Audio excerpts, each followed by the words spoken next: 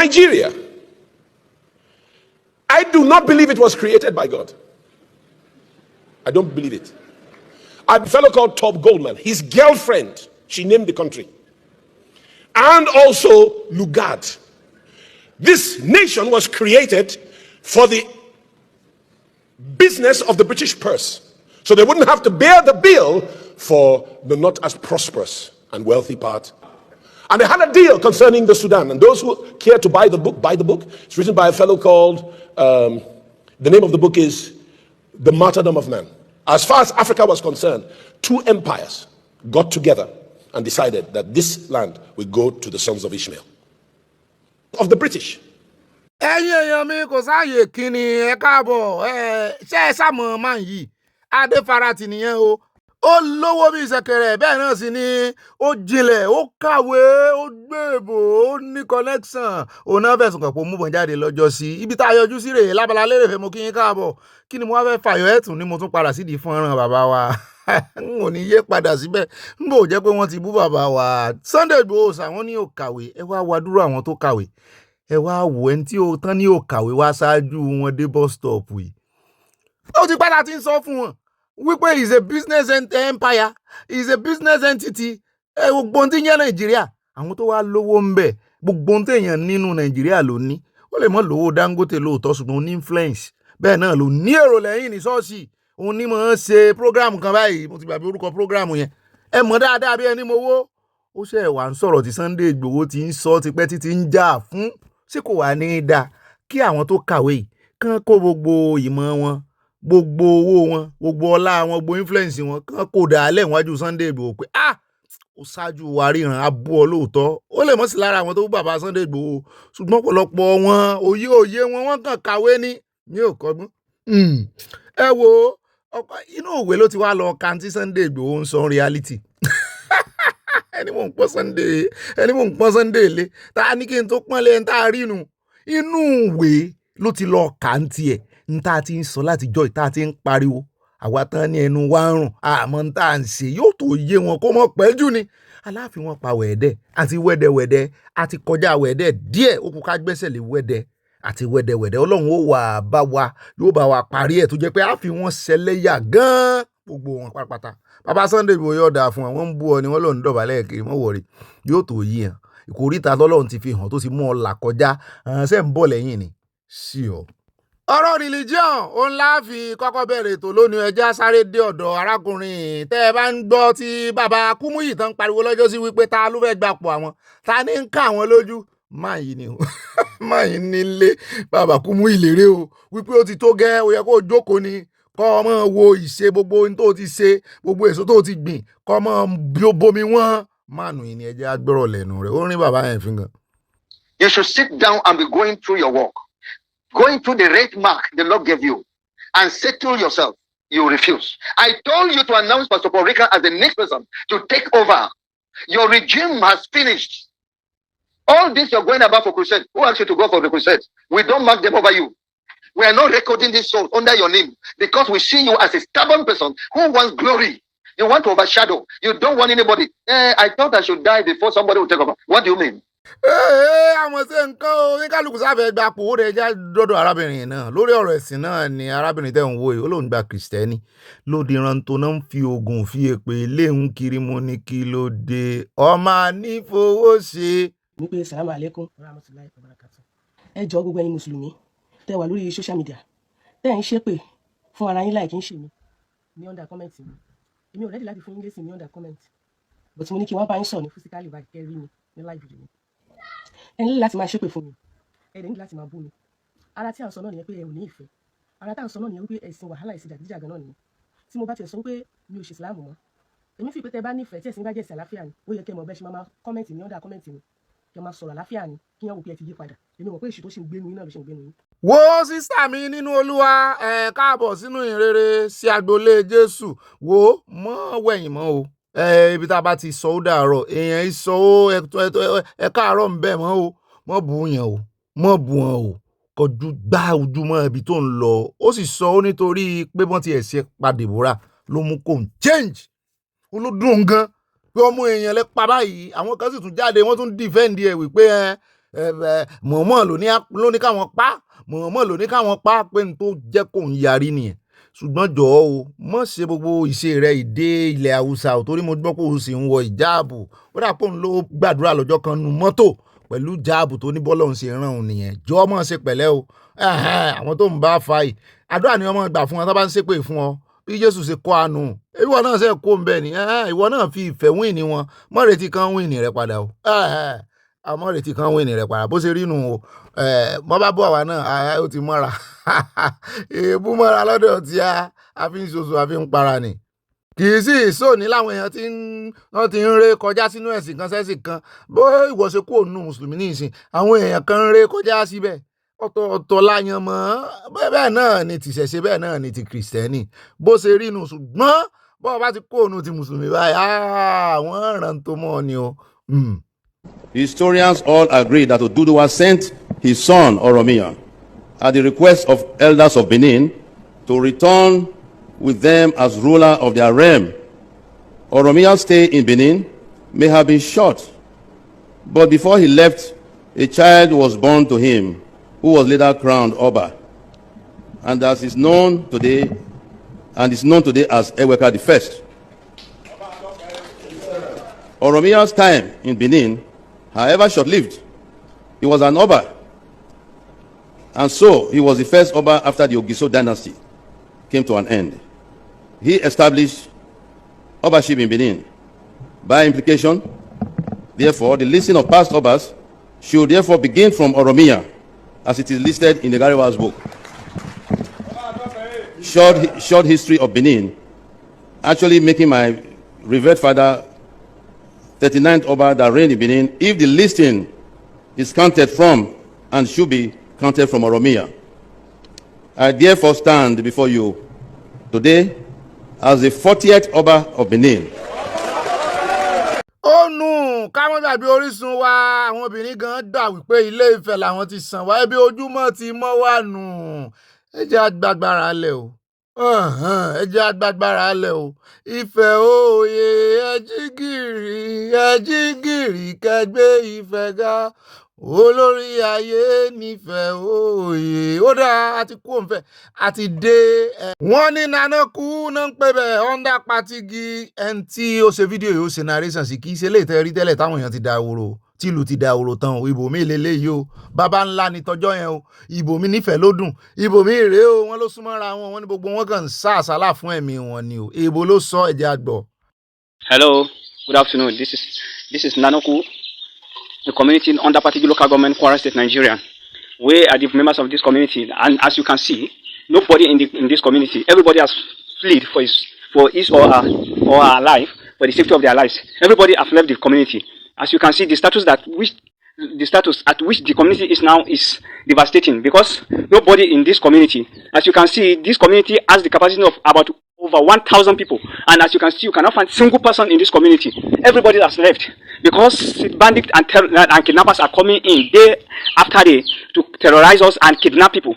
As you can see, currently, three of our members are in their custody. They are demanding for hundreds of millions for them to free those that are in their custody. As you can see, this is our church. This church has capacity of more than 1,000 people, and as you can see, no single person in this church today. Today is Sunday, and no single person in the community that will go into the church and pray because everybody has left. As you can see, this community is devastating day after day. About 10 days ago, they have been running for their lives. Some people do come in the daylight. They will come and take care of their farm product. But now, you cannot even go to farm. You could not go to farm because they will come into your farm and kidnap you. And they will be demanding for ransom of hundreds of millions. Please, we are pleading to the government of Kwara State and the Federal Republic of Nigeria and the chairman of Patigi local government that they should come to our aid and rescue us from the hands of these people. Because as you can see, many of our farm products are there. They are done for harvest and we could not harvest them. Because when you go to farm, they will come for you and they will kidnap you. If you refuse to follow them, they will shoot your life. See, and what they are demanding for is what we cannot afford. Millions of, hundreds of millions. Bẹ́ẹ̀ ni àwa náà gbọ́ sí àti ẹ̀mú bàbá kan bọ̀ nínú ròyìn nínú àkójọpọ̀ ròyìn ó ní 30,000 wọn ò ní lé wọ́n sì ń dìmáàndì fún 30 million wọ́n gbé ọmọ ọ̀hún méjì àti ìyàwó mo ní ní kwara náà ìjọba ò sì sọ nǹkan kan sí i. Ní báyìí ẹjẹ́ tún sáré dé ọ̀dọ̀ Ọlẹ́gẹ́mí àmì ṣùgbọ́n kì í ṣe ọ̀dọ̀ rẹ̀ là ń lọ directly lọ̀rọ̀ kan èèyàn kan ló wá sórí iṣu ẹ̀ tó ń pè ní Fọlárìn. Èmi ti kọ́kọ́ rò wípé bóyá àwọn náà fẹ́ gba táàsì lọ́wọ́ ẹ̀ ní EFCC wọ́n ní rárá wọ́n ní àwọn kófìrí ẹnìkan tí orúkọ rẹ̀ ń jẹ́ Fọlárìn ó ti bọ̀ hàn ṣiṣẹ́ rí wọ́n ní ó sì jẹ àwọn gbèsè wọ́n nítorí wípé ìdí táwọn ṣe lé àwọn ti lé kúrò lẹ́nu iṣẹ́ wọ́n ló yíwèé ó fọ́ọ̀jì sátífíkẹ́ẹ̀tì sábùké wọ́n ní dírìvà wọ́n ní nìbàdàn wọ́n ní ṣùgbọ́n àwọn ti lé wọ́n ní ṣùgbọ́n àwọn ń wá àwọn ò rí wọ́n ní ọlọ́run ló wá sórí ṣó Lẹ́gẹ́mí àmì wọ́n ní ID card àwọn sì wà lọ́wọ́ rẹ̀ bẹ́ẹ̀ náà làwọn nǹkan míì tán dárúkọ wọn ló wà lọ́wọ́ rẹ̀ wọ́n ní pápápá wọn ọ̀dà arrest ẹ̀ ní mọ́ bá rí wọn ní kí Lẹ́gẹ́ produce ẹ̀ mú ní àṣẹ Lẹ́gẹ́ mọ ọ́fíìsì ẹ̀ ní sọmọlé rẹ̀ ni kó náà rè dá gbogbo ohun tó bá jẹmọ́ ti EFCC tó wà lọ́wọ́ rẹ̀ kó rè dá padà o kò jù bá náà lọ àmọ́ retí o Èkó àti ìgbọ̀kẹ́ fún Lẹ́gẹ́ ní tax yẹ o à ń retí gbogbo aláfẹ́ rí tax lẹ́fẹ́ fún Lẹ́gẹ́ o.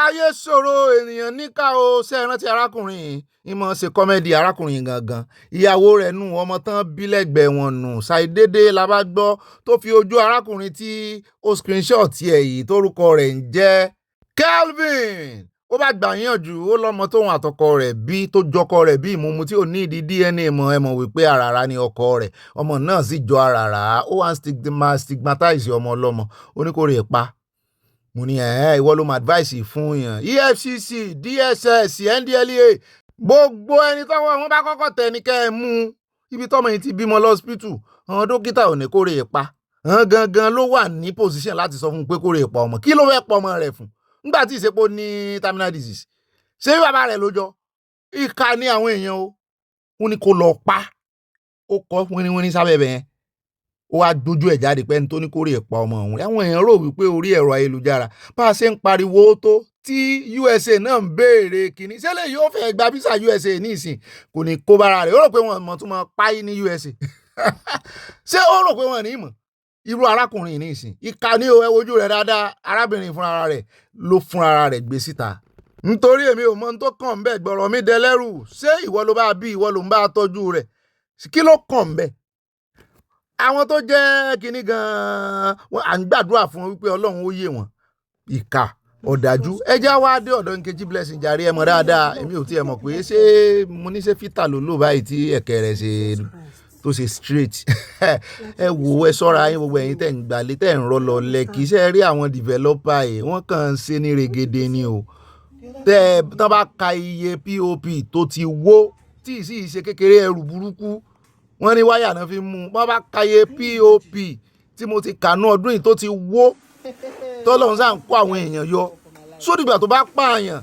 ẹ mọ̀ ṣẹ́ẹ̀kì ẹ̀ kò sọ náà tó fi ń wo POP ni bóyá o ti fẹ́ rébọ́ bóyá o ti ń gbọ̀n kò sí pé ṣe mọ́ sáǹdì kì í yìnrìn yèèpẹ̀ eléyìí lágbára ọlọ́run mọ̀ kó wáyọ̀ o. What is offense? What is offense? How? Èmi ò mọ tó ń ṣe àwọn agbófinró yìí o pàápàá jùlọ àwọn tó máa ń wà lójú títì lásìmọ̀ tún lélẹ́yìí kì í sọ ọlọ́pàá ń bọ̀ lọ́dọ̀ ọlọ́pàá o bẹ́ẹ̀ bá rí táwọn ọlọ́pàá ṣe ṣùgbọ́n ẹ jẹ́ àmójútó tẹ́lẹ̀ iná ṣé ó fẹ́ para rẹ̀ ni torí owó tó fẹ́ gbà wọ́n láwọn eléyìí dúró wọ́n béèrè ọ̀nà lọ́wọ́ rẹ̀ ó sì wọ̀ mọ́ wọn lọ́wọ́ wípé ibi tán dúró sí kò yẹ kó dúró síbẹ̀ ẹni tí ò mọ̀nà tí sì ṣe one way àti dọ́dọ̀ àwọn ọlọ́pàá járe lásìmọ̀ ẹ fi ti lásìmọ̀ lẹ̀ ẹ wo ohun táwọn ọlọ́pàá ṣe wọ́n ní ó ti ẹ̀dá wọn níbi tó ṣe é sí wọ́n ní ìkànnù àwọn lọ́ọ̀yà ni ọlọ́pàá lélẹ́yìí tó wọ pupa yìí tẹ́ ẹ bá rí bí wọ́n ṣe arákùnrin yẹn yamayama dúdú ìjàre dúdú yìí ni lọ́ọ̀yà dúdú yìí ni wọ́n pè ní lọ́ọ̀yà wọ́n sì ń kìlọ̀ fún wọn ẹ̀jẹ̀ agbọ́dí ẹ̀ ń bẹ̀. I swear, Oga, if you like, I talk to am. What? Look. Oyana. Ask me anybody. Oyana. Sajarazi. Leave them. Don't worry. Let me see me. What did that guy? Oh no, what did you do? I said we should pass this on Tony. What did you do? Jesus. Ṣé ẹ rí o àtẹ̀yí tó wọṣọ àtẹ̀yí tí ò wọṣọ òwò ṣe ń fún gbà tí olóyè ẹ wò bí wọ́n ṣe ń ṣe aráàlú tó yẹ kí wọ́n máa protect nítorí wípé wọ́n fẹ́ gba fóònù lọ́wọ́ rẹ̀ kí lẹ fẹ́ fi fóònù rẹ̀ ṣe bó ṣe bẹ̀rẹ̀ rẹ o kò bọ́n jiyàn o ẹni tí wọ́n ń lù ń lùkulù ní o kò kó bá wọn ara wọn rèé o àwọn tí ń rìkọ́ọ̀dù rèé ẹ tó rí bọ̀bọ̀ yẹn kó bá wọn jiyàn rárá mú fóònù wá mi ò mú fóònù wá ló fa wàhálà báyìí. ọjọ́ wo làwọn ọlọ́pàá fẹ́ ṣe kínní ìdá ṣé bọ́n ṣe máa dáàbò bo àwọn aráàlú rèé bẹ́ẹ̀ bá tiẹ̀ fura sáwọn ọmọ yìí ẹ sì fọ iye ara balẹ̀ ṣe. It's only in Nigeria. Look. You see a donkey and another donkey walking walking. I might see by here. Alpha, I get respect for you past that mumu. No be so. òyìnbó yarí ó ń fi donkey wé driver ó ní donkey ti original donkey ó ló ní ọgbọ́n ju donkey driver lọ ẹ jẹ́ asáré gbọ́ conversation dẹ́rẹ́bà àti passenger dẹ́rẹ́bà 419 ni ó fẹ́ gba passenger ni ẹ mọ̀ gbọ́ ọ̀nà tó fẹ́ fi gbà. Don't collect her from her today. He said where they kill fish. He said a fisherwoman. Fish where they kill for their place. They tear the fish and they cause pressure that also inside the fish. You understand? Hello. You hear what I talk so? Yes. Put your phone for camera here. They talk now. I hear you. ó lè 419 burúkú ọ̀nà tó fẹ́ fi gbá passenger wọ́n rí diamond nínú fish ó sì lọ gbà kí ló kan passenger tó gbé ń bẹ̀.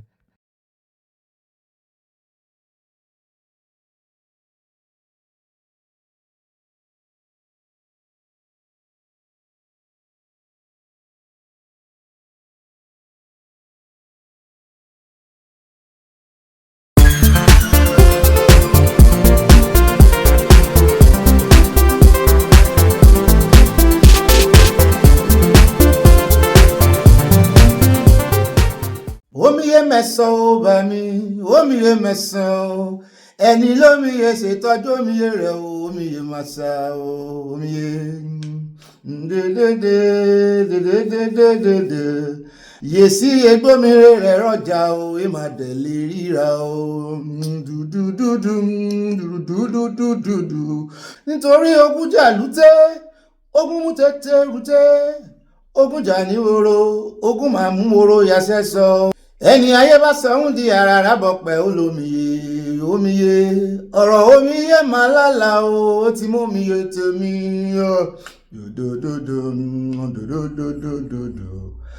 a kì í díjà gbé níbi tó gbé ń parọ́ ẹnìkan ìdíjà lùkò níbi tó ń fira rẹ̀ kó sùn a kì í díjà lékelèké níbi tó ń kíyẹ́ rẹ̀ bẹ́ fún ó dọwọ́ èrìdì bòròbòdìpò ọjọ́ mọ ilé kẹ padà sẹ́yìn orí bàbá wọ Orlando la fi wọlé bá ti ẹ̀mọ́ lyrics ẹ̀ tán ìmọ̀ ń wá ìmọ̀ ń lọ ní ọjọ́ kan ni mo kọ́ ń bì mo há sórí títí ṣùgbọ́n lónìí ó sá lọ ṣùgbọ́n ẹ bá ń lò bẹ́ẹ̀ nítorí ó ní ìdí tèmi náà fi kọ́ ó ní ìdí mo fi kọ́ wípé a kì í díjà gbé níbi títí ń parọ́ ẹnìkan ìdíjà àlùkò níbi tó ń kìyẹ rẹ̀ bóṣù ẹ̀fì Sunday ọmọ gbòólẹ̀ ẹ̀fà aládìkúnlẹ̀ ó ẹjọ́ ṣayé o ìta bá wọlé nù wò bó lójú ọjọ́ lọ́dọ̀ yín ṣe ń lọ bá ṣe kọ̀wé rẹ̀ so ń lọ létòlétò so ń dojú wọlé ní ọjọ́ 25 25th of August 2025 mú kí yín tẹ̀sọ́ mú kí yín tológun ìjà wà ìjà òsì always guiding yọ̀dà fún yàtọ̀ tá a fi wọlé nù yọ̀ọ̀yà kò ní yẹlẹ̀ ìbá ròyìn náà nípa bí wọn lébẹ̀ ìbá yànnà ìbá sáwọn olèmí náà nípa kanjú abẹ́ǹkù ìbá lọ tààràtààrà tọrọ bá ti di olùtítọ́ àtòdodo sàn láàrin àjẹmú ní pẹ̀kọ̀rọ̀ èmi náà ní ìbọn pàpà parada nínú abala comment section abẹ́lẹ̀yìn olólùfẹ́ wa àyà parada ó dọ̀gá rẹ̀ parada ó dà yá èmi náà ní ìbọn papọ̀kọ̀ àwọn òpèkè ọkọ̀ àwọn sweet 16 ẹ tún lè pè mí ní ìbá confam ẹ̀ kó tó sẹ́ndì ẹ̀ mọ́ bá wọn sẹ́ndì ìròyìn fògàn náà èmi náà ní ìbá fayọ̀ kọ́ tiẹ̀ ìbá inú mi dùn ìbá yọ̀ mí kún ìbá múlùdùn ọlọ́run lójú orí bẹ́ẹ̀ ìbá rìn gìnìgìnì tí kúmi àti kúyù rìn gìnìgìnì tí kúmi àti kúyù rìn gìnìgìnì ìbá ṣà ń pa ìbá jẹ ni ààrẹ rí nǹkan ọlọ́run ló fi àwa jẹ ìbá láti ẹnu àwọn olólùfẹ́ wa adúpẹ́ pẹ́ òkun ó dá o àròjọ́ mùsùlùkùn ìwé ilé ìtẹ́rí lábala lérèfé ayọjúlójú fèrèsé ni ó ti wá di àfìsẹ́yìn tẹ́gùn fi sọ ilé ìtààmù dami tútù wájú ká lè tẹ̀lẹ̀ tútù ní àwọn àkórí ìròyìn wa alákọ̀ọ́kọ́ ń bẹ̀ lórí ọ̀rọ̀ bàbá wa Sunday Igboho náà ni wọ́n láwọn ọmọ Ọ̀yọ́ wọ́n ká gidi borí àwọn ọmọ Ọ̀yọ́ wọ́n ní wọ́n kọjálẹ̀ wọ́n ní rárá wọ́n pè Sunday Igboho lórúkọ wọn ní ẹ̀yàn òdì nǹkan kan màánù ní ẹ̀ lè dàdọ̀tí lù ọmọ èmi náà ti ń pè lóókọ ni kó sàti borí yọ nínú gbogbo ohun tí Nàìjíríà fẹ́ kó sí ìyẹn ni eré tí àwọn ń sá eré tí Sunday Igboho sì ń sá náà nù kó mọ́ sọ̀rọ̀ kó kó mọ̀ ṣe ẹni tó bá ti mú pé kó mọ̀ sọ̀rọ̀ pé kó gbẹ́nu ẹ̀dákẹ́ wọ́n ti di kádàrá rẹ̀ nù so nídìí èyí ẹjọ́ o bí ó ṣe múríọ́ ní wá kiri o a sọ púpọ̀ lọ́rọ̀ lórí ọ̀rọ̀ yìí ẹ̀mọ́ ti àjà wulẹ̀ waste time alákọ̀ọ́kọ́ mbẹ̀ náà àkórí ìròyìn wa wọ́n ní àgbọ́tán láwọn kan wọ́n ń pe àwọn bàbá lọ́tún lọ́sì wọ́n ní Ìbà Gani Adams náà sọ̀rọ̀ wọ́n ní àwọn náà wà lára àwọn tó ń pèpè fún àlàáfíà làwọn èèyàn bá ń yín mú sí hàn pàkọ́ wípé kí ni ọ̀dálẹ̀ pé eré wà lára àwọn tí ń dálẹ̀ náà pé ṣé nítorí pé wọ́n pe sọ́mìtì ló wá ń bínú mo ní ẹ mọ̀mọ̀ sọ ẹ mọ̀ tún dájà mi ilẹ̀ wọ́n ní ẹ jẹ́ káwọn sọ kàn ju abẹ́ ń kó àyá ní kí n jọ kí n tan máìkì ilẹ̀ èmi kọ́ ni mò ń sọ̀rọ̀ àwọn èèyàn náà fẹ́ sọ̀rọ̀ wọ́n náà pawó kan pọ̀ méjì wípé bóyá torí Ọọ̀ni of Ifẹ̀ ò pe sọ́mìtì lọ́jọ́ sí mọ́ tí ìbárò pé bóyá ni wọ́n máa pè sí ó sì dá ọ̀dọ̀ Aláàfin náà lẹ ti jẹ kìíní kálà pé Aláàfin náà pe sọ́mìtì omi Aláàfin náà pe sọ́mìtì káwọ ẹni tí ìjọba ó dá lóhùn àbí èèyàn kan sáà níjọba yẹn pé ìwọ la fi so lórí ìwọ la fi jẹ́ kò sí ẹni tó lè bá wọn dùn bẹ́ẹ̀ lọ́dọ̀ ààrẹ àbí ní Aso Rock wọ́n sì jọ léèyàn bẹ́ẹ̀ ni so nídìí èyí ẹ fi wọ́n lẹ̀ gbogbo orúkọ sábà lè pè Sunday Ògbò ẹjẹ́ kan pé wọ́n wòlíì níyì ń lu rẹ̀ wọ́n fojú tẹ́ńbẹ́lú rẹ̀ ní gbogbo ọ̀rọ̀ tá a sáà ń gbọ́ tí ń gbabẹ́ wọlé wọ́n ní tí wọ́n ti ẹ̀ nígbà tán lọ́ngbà náà tẹ́yìn èèyàn fi ń bí mi mo rí nínú wa tó fi mí ṣe yẹ̀yẹ̀ ń bí wípé ebe ní Sunday Igboho lọ sọ́dọ̀ Aláàfin ni kò sí píktọ̀ ni mọ́ mi kan wọ́n fi mí ṣe yẹ̀yẹ̀ oṣù mọ́ mi kan bí mi pé fídíò dáa tèmi náà wá tamọ́ àtàmọ́ nígbà náà pé àárí fídíò dò ní o píktọ̀ la rí bẹ́ẹ̀ ni bàbá mi ká pọ́lọ́pọ́lọ́ báyìí lẹ́gbẹ̀ẹ́ Aláàfin bí ẹni wípé mọ́ fara kàn mí o àbí nǹkan mo ní kí ni gbogbo ilé ìwọ lọ àsàn náà gba fóònù lẹ̀ lọ́wọ́ wọn ni pé ẹ mọ́ mú kámẹ́rà wọlé ẹ mọ́ mú fóònù wọlé wọn yá Ṣàngó ó mọ̀ ga o ìwà so ń gbogbo tán ọlọ́mọ ìwà ṣé Ọọ̀ni láàbù mo ń lọ patí jù wọ́n bọ̀wọ́ jù ṣé Ọọ̀ni láàbù ẹ̀wọ̀ ni bó tún ṣe kò ráyè èèyàn kankan kò fẹjọ́ sún èèyàn kankan kò ní ẹ bá ń kìlọ̀ fún àwọn ọmọ yìí o mo rí tán dárúkọ Kóìkì náà nínú fídíò níjọ́sí ẹ̀yin ọmọ táyì máa ń bú mi rè ṣùgbọ́n ẹ mọ̀ wò ìyẹn ilé ọmọ burúkú fẹ́ kùn pàjẹ́ àti ẹ̀wà burú Sunday Igboho burú ẹ lọ north kẹ lọ wọ àwọn ọmọ tó burú tó tún fọwọ́ ra wọn lórí láwọn Boko Haram àwọn bandit ẹ lọ Niger Delta wọ́n fọwọ́ ra àwọn militanti wọn lórí ni Tompolo wà ń bẹ́ẹ̀ Àsàrídòkúbọ̀ wà ń bẹ́ẹ̀ ẹ lọ lẹ̀ Ìgbò wọn náà ń fọwọ́ ra àwọn tí wọn lórí ni kò sì sí ẹgbẹ́ kan lẹ̀ Yorùbá tó ṣe gbogbo rádaràdá tà kò sì sí ẹgbẹ́ kan lẹ̀ Yorùbá tó ṣe rádaràdá tán ṣe káàkiri gbogbo ibi tí mo dárúkọ yìí torí ẹ̀tàn bá ń dárúkọ ibi tí Nàìjíríà ti ń dàrú tí insecurity wà tí ìbá ṣe Kwara tó fẹ́ gbàbọ̀dẹ̀ fúnlẹ̀ Yorùbá ó mọ̀ wọ́n bá ìrọ̀ ọmọ wọn bá kò síran bandit nínú wa kò síran abẹ́sùnmọ̀ mi tí wọ́n á rí ẹni tí ń ṣe iṣẹ́ takuntakun fún yín wọ́n tún wá fẹ́ kó bá ẹ̀yin náà wá disassociate and distance ara yín pé kíni ẹ̀ ń táwà mọ̀ nù o ẹ̀ ń tá rí nù o ẹ̀ ń bá kọ Sunday Igboho kọ àwọn alálẹ̀ ó kọ òmìnira àrán Yorùbá alálẹ̀ ló ránṣẹ́ ọmọ àwọn ìrìn kó fẹsẹ̀ kọ èyí lè mú bàbá rẹ̀ bàbá àtọmọ ni wọ́n fojú ara wọn inú ilé náà ti parí ẹ̀ inú ilé náà ti bára wọn wí ṣé wọn wà bá Sunday Igboho wí wọ́n sáà ń wòran láti jọ yìí wọ́n sáà ń àbí ẹ wá wo bọ́lọ́run ṣe wá ṣe ẹ wá wo bọ́lọ́run ṣe parí ìjà wọn ẹ wà ń bọ̀ ń bẹ́ẹ̀ gbogbo àwọn tán ń pe àwọn èèyàn tán ń pe àwọn bàbá mi ò tí rí bàbá kankan tí ó dá sọ́rọ̀ yìí nítorí kò sí já Ọọ̀ni ò ṣe gbẹ̀gbẹ̀ títí pẹ̀lú èèyàn kankan nígbà téèyàn ò bá yàn jà ṣé wàá pè pé ẹ fẹ́ máa parí ìjà ni sọ́lá Ọọ̀ni sọ pé òun bá yàn jà fún ó dáa ó ti ẹ̀ dá tí gbogbo rẹ̀ ń ṣẹlẹ̀ ká tó gba Yorùbá nìsàn ó dáa ẹjẹ́ a lọ alákọ̀ọ́kọ́ nu wo à ń gbé àwọn tán fẹnu sí èyí sáwọn àgbààgbà kankan ẹ mọ́ retí àgbààgbà kankan à ń gbé wọn bọ̀ ẹlẹ́ẹ̀kejì nínú rẹ̀ náà ni ìròyìn táwọn mú bá ẹjẹ́ a lọ tààràtààrà ẹjẹ́ a lọ sí ọ̀dọ̀ Amẹ́ríkà ariwo ó pọ̀ lórí wọn, ẹnu ń kùn wọ́n jù, pàápàá jùlọ láti Nàìjíríà lágbà tán ti gbé ìgbésẹ̀ wípé kán máa yẹ social media àwọn ọmọ Nàìjíríà wò. Èmi rò pé bóyá káàkiri àgbáyé ni, àṣẹ Nàìjíríà nìkan ni, Nàìjíríà nìkan lèmi gbọ́ tó ń yẹ̀ wò.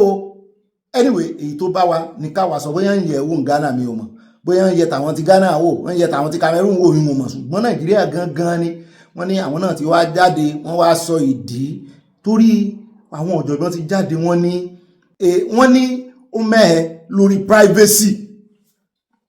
Pé wọ́n ló ṣe máa wọnú fóònù èèyàn, ló ṣe máa wo orí social media èèyàn, ló ṣe ní kó rè fi sí public, ṣé wọ́n ló bá sí Facebook ni, ṣé wọ́n ló bá sí Instagram ni, kí ló ń wá?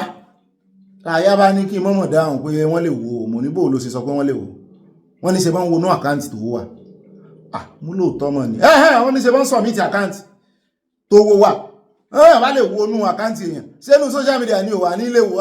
Mọ̀lẹ́ ayé ò káre, ọ̀rọ̀ ńlá ló sọ o. Ṣùgbọ́n ọmọ Nàìjíríà náà wọ́n ti dáhùn, wọ́n náà fẹ́ retaliate, fẹ́ reciprocate, ṣùgbọ́n a sọ púpọ̀ lórí ọ̀rọ̀ yẹn, bóyá lóòótọ́ ni, ṣé privacy wọn, ṣé wọ́n intrude, ṣé invade the privacy ni, àbí ó lẹ́tọ̀ọ́, òfin wo ló wà lágbàáyé tó fààyè rẹ̀ lé ó kàdà bí àwọn ọlọ́pàá wọ́n bá náà fẹ́ wo fóònù rẹ̀, àwọn ọ̀gá wọn ní ká mọ́ gbà pé ẹ má jẹ́ kan wo fóònù mọ̀, ṣùgbọ́n wọ́n bá fẹ́ lù ọ́ lálùbọ̀ alùbámi tọ́gà ò sí ń bẹ̀. Ọgbọ́n làwọn ọmọ Nàìjíríà fi ń ṣe. À ń bọ̀ ń bẹ̀ lórí ọ̀rọ̀ ti USA, bàbá kò ń bẹ̀ tán á dé ọ̀dọ̀ arákùnrin kan náà tó ganu sí máìkì, ó sọ púpọ̀ lọ́rọ̀ lórí ọ̀rọ̀ àwọn ọlọ́pàá tó ń gba gíláàsì, àwọn boys ní ìsìn, àwọn ọmọ Nàìjíríà, àwọn youth, wọ́n ní pàápàá jùlọ tán ní mọ́tò tán ń lọ tán ń bọ̀ nítorí àwọn ọlọ́pàá tí wọ́n dán dúró nítorí harassment àti assault, wọ́n ní ọ̀pọ̀lọpọ̀ àwọn metal glasses náà rè rà bíi ti ṣòwò rẹ̀. Amúkan wá fún yín, wọ́n assault bọ̀bọ́ yẹn, ẹ béèrè ìwé mọ́tò, ó kọ̀wé lẹ́yìn lọ́wọ́, ẹ wá fẹ́ yọ glass tó tẹ̀tì rí kinní ń bẹ̀. Ẹ̀yin náà mọ́ ọ̀dọ́gbọ́n sí oníkan tó mọ́ fi sára bọ́tìn.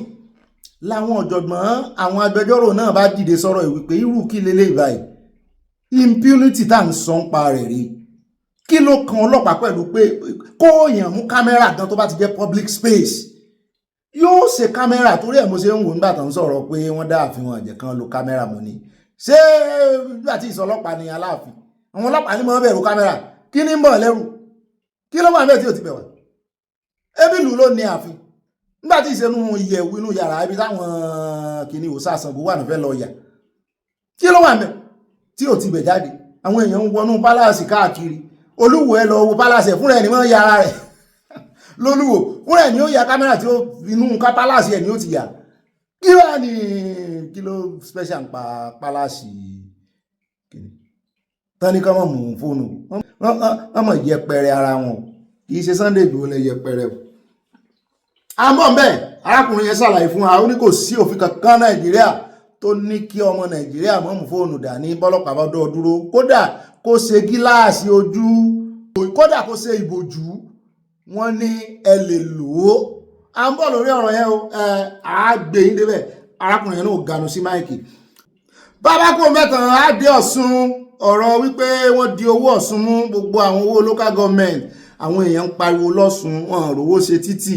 Bẹ́ẹ̀ náà ni àwọn SAN, àwọn agbẹjọ́rò wọn bá wọn fẹnu sí à ń gbé bàbá kan bọ̀, àwọn náà da ìlú bolẹ̀ lórí ọ̀rọ̀ yìí wípé kí ààrẹ Tinubu kàn gbé ẹsẹ̀ kúrò lórí owó wọn lọ́ṣun, pé kò lẹ́tọ̀ọ́ kán máa fi ìyá allocation kán máa fi jẹ wọ́n ní Ọ̀ṣun, wípé ẹ kówó wọn lẹ̀ wọ́n náà lówó wọn according to section kìíní kan mo lè rìn wọn section kóòtì, á gbé ojú wọn sí kámẹ́rà wọn kóòtì ẹ̀ fúnra wọn. Bàbá kò ń bẹ̀ tán, a tún gbọ́ pé bàbá Ọbásanjọ́ tún ti ṣèwé mi síta o. Mo ní bàbá fẹ́ tú gbogbo àṣírí tó wà ń kún wọn, gbogbo àṣírí kọ̀kọ̀ wọn fẹ́ gbé lọ sọ́dọ̀ ẹlẹ́dàá wọn, wọ́n fẹ́ tú kán tó lọ ní bàbá ṣe ń fi ọdọọdún kọ̀wé. Ìwọ́n náà tún wá kọ́ wọn náà tẹnu àbùkù bá àwọn Judiciary Nàìjíríà, làwọn Judiciary náà ìkànnù wọn bá wá lóhùn fẹ́ dá bàbá lóhùn wípé Judiciary làbẹ́ ìṣèjọba Ọbásanjọ́ bó ló ṣe rí, pé ṣé kan gbé kan mo ló ti ẹ̀dá. Mo ní ìdáhùn gidi lélẹ̀ àmúwọ̀ wá fún yín, àtẹ̀pẹ̀pẹ̀ ètò lónìí náà ni kò ní dọ́là. Bàbá tí wàá kó mẹ́tàn àṣàrẹ́ délé Haúsá níbi tá a ti gbọ́ tán sọ pé Gumi, mo níta ní jẹ́ Gumi sẹ̀sì rántí rẹ̀ ní àwọn oníṣẹ́ mi ò mọ troublemaker Gumi tí wọ́n fi ẹ̀sùn terrorism kan ní Saudi Arabia tán lé padà wálé tó níjọba ló gbà ń lẹ̀. wọ́n lòun náà ti wá ké gbàjarè ó pariwo síta ó ní kí ó kìlọ̀ fún Tinubu ni ó ń wọ̀nù Tinubu mo ní ṣé bó ṣe kọ́ rè wọ́n ní bó ṣe kọ́ nìyẹn wọ́n ní ó wọ̀n Tinubu lórí ẹ̀sùn kan wípé ó ní àwọn mọ̀sáàdì pé wọ́n ń gbìyànjú pé wọ́n ń plọ̀tì pé wọ́n fẹ́ pa àwọn Muslim leaders ní Nàìjíríà mo láwọn wo ni àwọn mọ̀sáàdì àyà ní ọ̀gá mi ẹ̀ tí ẹ̀ kàwé ó ní àwọn ẹgbẹ́ ológun kan ní Israel ó láwọn náà ń pè ní Mossad ó lẹ́rù wa ń ba Gumi ó ní ó lóun kófìrí pé wọ́n ti wà Nàìjíríà pé wọ́n sì fẹ́ máa pa àwọn Muslim clerics ní kọ̀ọ̀kan mo láàyà kí ló fi wá kàn wá ẹni tó kófìrí wọn tó ní ọ̀tẹlẹ̀múyẹ́ rẹ̀ tí àwọn ọlọ́pàá ò ní tí àwọn DSS ò ní òun lòun wá ní ọ̀tẹlẹ̀múyẹ́ rẹ̀ kórè gbéga ara rẹ̀ àbí kórè gbéga ara rẹ̀ ọjọ́ tẹ́yìn tí ń gbèsè Boko Haram lẹ́yìn nǹkan wọ́n fẹ́ wá bá mú Boko Haram ní ẹmọ́ dàn lónìí rẹ̀ àwọn Mossad wọ́n fẹ́ wá bá mú Boko Haram bàbá tí wọ́n kú òun bẹ̀ tán á dé ibi tá a mú yín lọ ní Kaduna lọ́jọ́ sí kí ló kọ ọbẹ̀ yẹn náà jáàjì wọ́n láṣìírí àwọn ológun ti tún bẹ́ o àwọn ológun tó ń fọwọ́ lálẹ̀ fún àwọn civilian bẹ́ẹ̀ pé wọ́n ń constitute nuisance wọ́n jẹ́ káwọn ráàyè fẹ̀yẹ́ wípé àwọn làwọn nílẹ̀ pé àwọn sì ti rí wípé àwọn kọlọ̀rọ̀ sí kan wọ àárín wọn wọ́n fẹ́ mọ́ fi mú fínlẹ̀ dé ọ̀dọ̀ àwọn wọ́n fẹ́ mà sí rí àwọn wọ́n fẹ́ mọ́ báwọn ṣe ń ṣe training lẹ́ẹ̀sì wọ́gbó lọ ṣe training èwo láàrin ìgboro ṣùgbọ́n àwọn aráàlú tún ti pariwo sí ọ̀pá àwọn làwọn nílẹ̀ wọ́n bẹ̀bẹ̀ ẹlẹ̀ lọ́wọ́ àwọn ni wọ́n sì wo ti ìjọba mọ́ wọn lára náà ṣe fún wọn lẹ̀ wípé bóyá yóò tiẹ̀ jẹ́ kí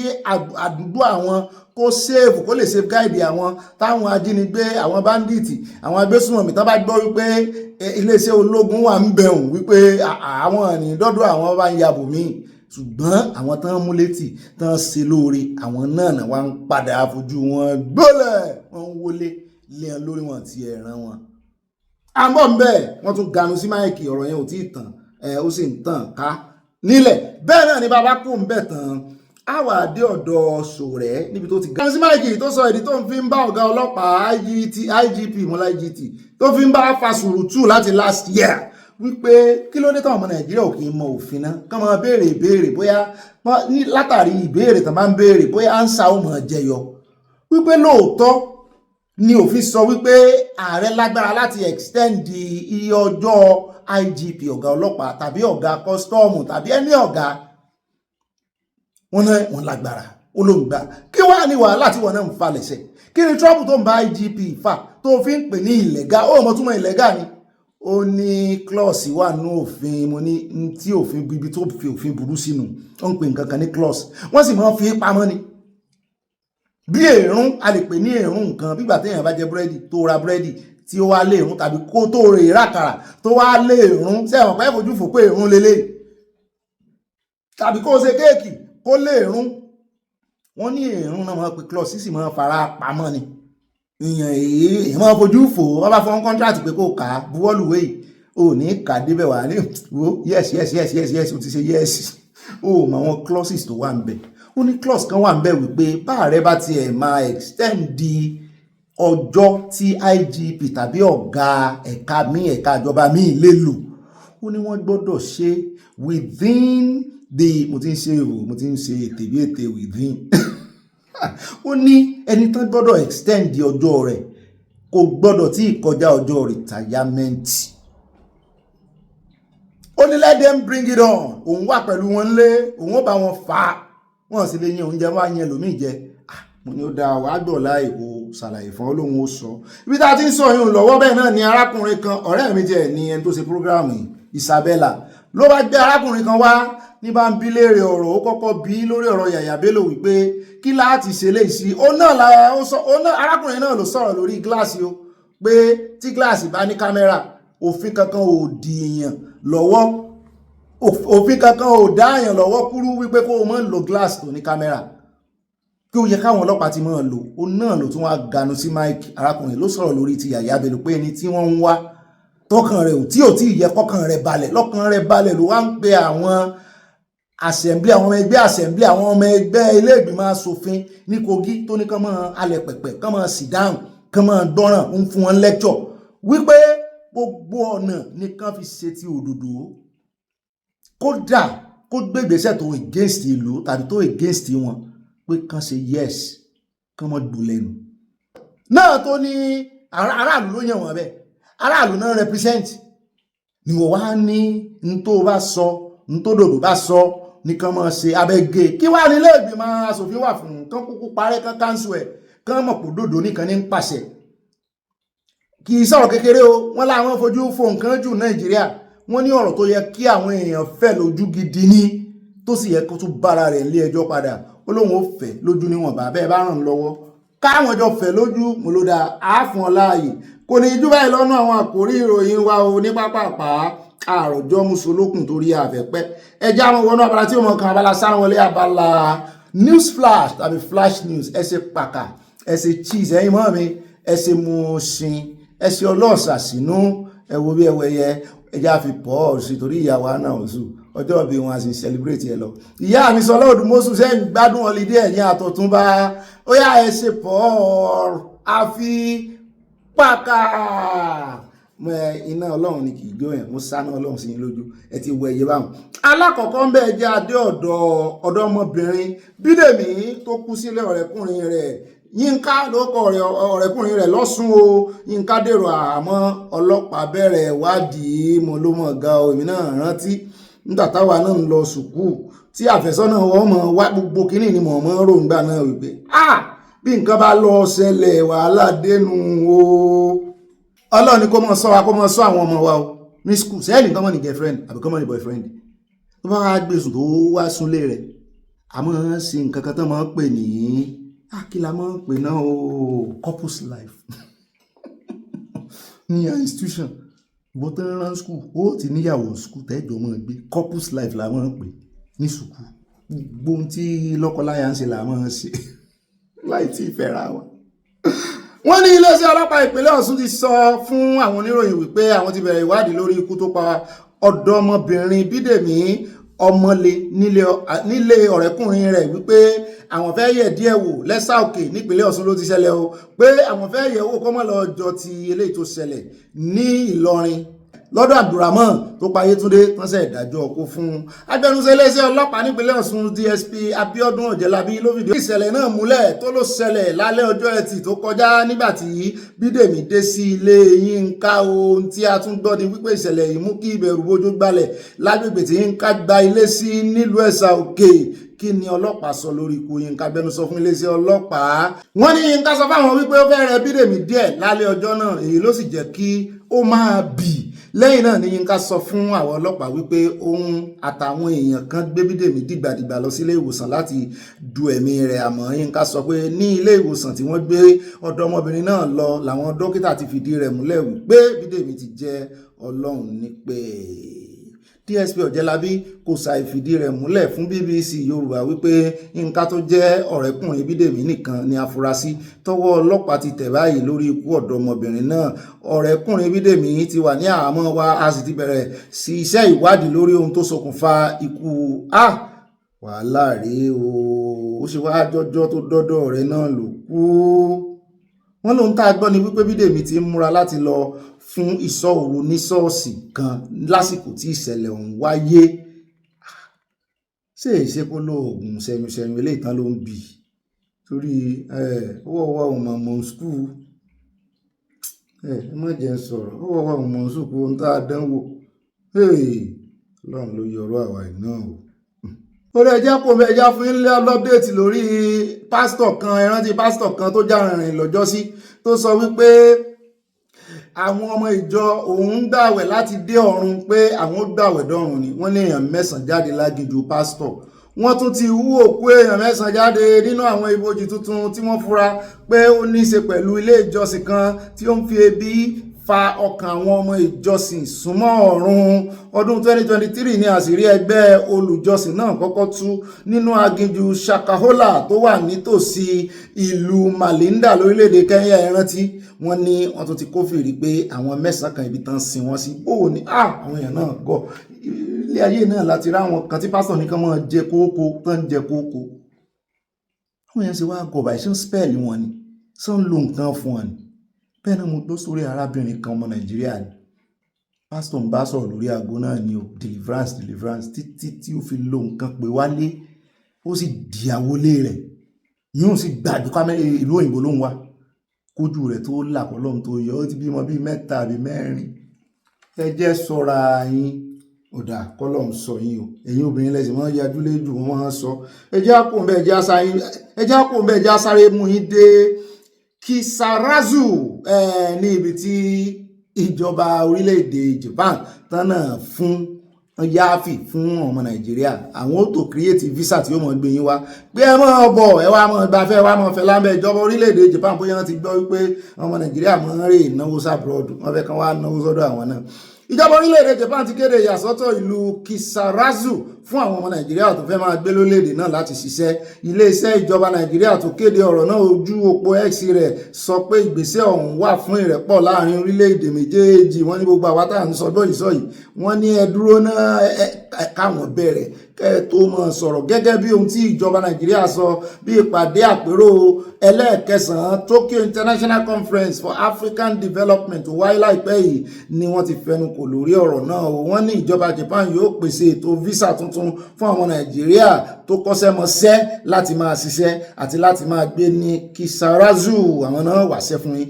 nínú nǹkan bí 123 mílíọ̀nù èèyàn tó ń gbé ní Japan, 1,136 nínú wọn ló ń gbé ní Kisarazu láwọn èèyàn wà ń bẹ̀ o. wọ́n ní kì í ṣe dísólé place o látàrí pé púpọ̀ èèyàn tó wà níbẹ̀ ló jẹ́ arúgbó mi ò sọ wọ́n fẹ́ populate ibẹ̀ ni. wọ́n ní ẹnikẹ́ni tó bá fẹ́ jẹ àǹfààní náà gbọ́dọ̀ kọ́kọ́ kọ́ nípa àṣà àti èdè àwọn èèyàn Japan náà o. àlàkalẹ̀ ni o nítorí kì í ṣe ọ̀pọ̀ wọn ló gbọ́ èdè Gẹ̀ẹ́sì. ẹ̀fìyàn sí ní lábẹ́ ètò ọ̀hún ìjọba Japan yóò pèsè ilé tí owó rẹ̀ kò pọ̀jù fún àwọn ọmọ Nàìjíríà wọ́n sì lè ṣòwò tàbí ṣiṣẹ́ níbẹ̀ láìsí wàhálà ọgbọ. ẹ̀yin tẹ́ bá fẹ́ gbégbá wóróbo, ẹ̀yin tẹ́ fẹ́ mọ̀ rèé ta ògì ẹlẹ́yìn ò lè tàbí mbẹ́ nǹkan tẹ́ bá ń tà lẹ́ ẹ kó àdìrẹ lọ, ẹ̀yin náà ẹ kó nǹkan àṣà wa lọ, wọ́n láàyè gbà yín. àwọn ní àwọn ọmọ Nàìjíríà tó bá tún fẹ́ lọ wọ́n lè kó mọ̀lẹ́bí wọn lọ kí wọ́n sì máa jàǹfààní ètò ìlera níbẹ̀ bí ọmọ nílùú fún àṣeyọrí ètò náà. ṣé kò wá dáa ju South Africa tó ti ń pa ọmọ Nàìjíríà tán àjẹ́ kan lọ hospital lọ? ǹjẹ́ kò fẹ́ dáa jù lọ? wọ́n wá ń bẹ̀bẹ̀ ní ìsìn wọ́n ń sáré kiri bóyá nígbà tán gbọ́ pé China ti fún wa ń lù kan bẹ̀ South Africa wá sáré rán mọ̀lẹ́bà àbí kí lórúkọ rẹ̀ wà, kì í ṣe mọ̀lẹ́ká o, mọ̀lẹ́bà àbí kí ní jẹ́ ń sọ̀rọ̀ visa free. sọ́ọ̀ lè ṣe visa free pẹ̀lú yà mọ́mọ́ mi kan sọ ní comment section wọ́n lábúrò àwọn kan wà ń bẹ̀ pẹ̀lú yàtọ̀ fi ń yọ ọmọ Nàìjíríà ń bẹ̀. ẹ sì mọ̀ pé bẹ́ẹ̀ náà ni àròlé bàbá tẹ́ntẹ́n wa ó ròyìn fún mi wọn jẹ́ kán lọ hospital. ẹ fẹ́ gbẹ̀mí lẹ́nu ọmọ Nàìjíríà ẹ wá ń sáré bọ̀ ẹ̀ ń sọ̀rọ̀ visa free. arábìnrin Florence Akínyẹmí Adésèké tó jẹ́ aṣojú Nàìjíríà sí Japan àti Yoshikuni Watanabe tó jẹ́ alákòóso ìlú Kisarazu ti gba ìwé àṣẹ lọ́wọ́ ìjọba Japan pé ìlú Kisarazu náà làwọn ọmọ Nàìjíríà yóò máa gbé níbẹ̀. wọ́n ní wọ́n ti múlù fún yín ẹ lọ dásà lẹ́ẹ̀mẹ́ mọ́jẹ̀ kan ọmọ Ìgbò ṣáájú yín débẹ̀ o. wọ́n ní èèyàn bíi 136,000 péré ló ń gbé ní ìlú Kisarazu tó jẹ́ 70 kìlómítà sílùú Tokyo tó jẹ́ olú ìlú Japan. 80 kìlómítà kò jìnnà náà. ìlú náà gbajúmọ̀ fún iṣẹ́ ẹja pípa àti iṣẹ́ àgbẹ̀.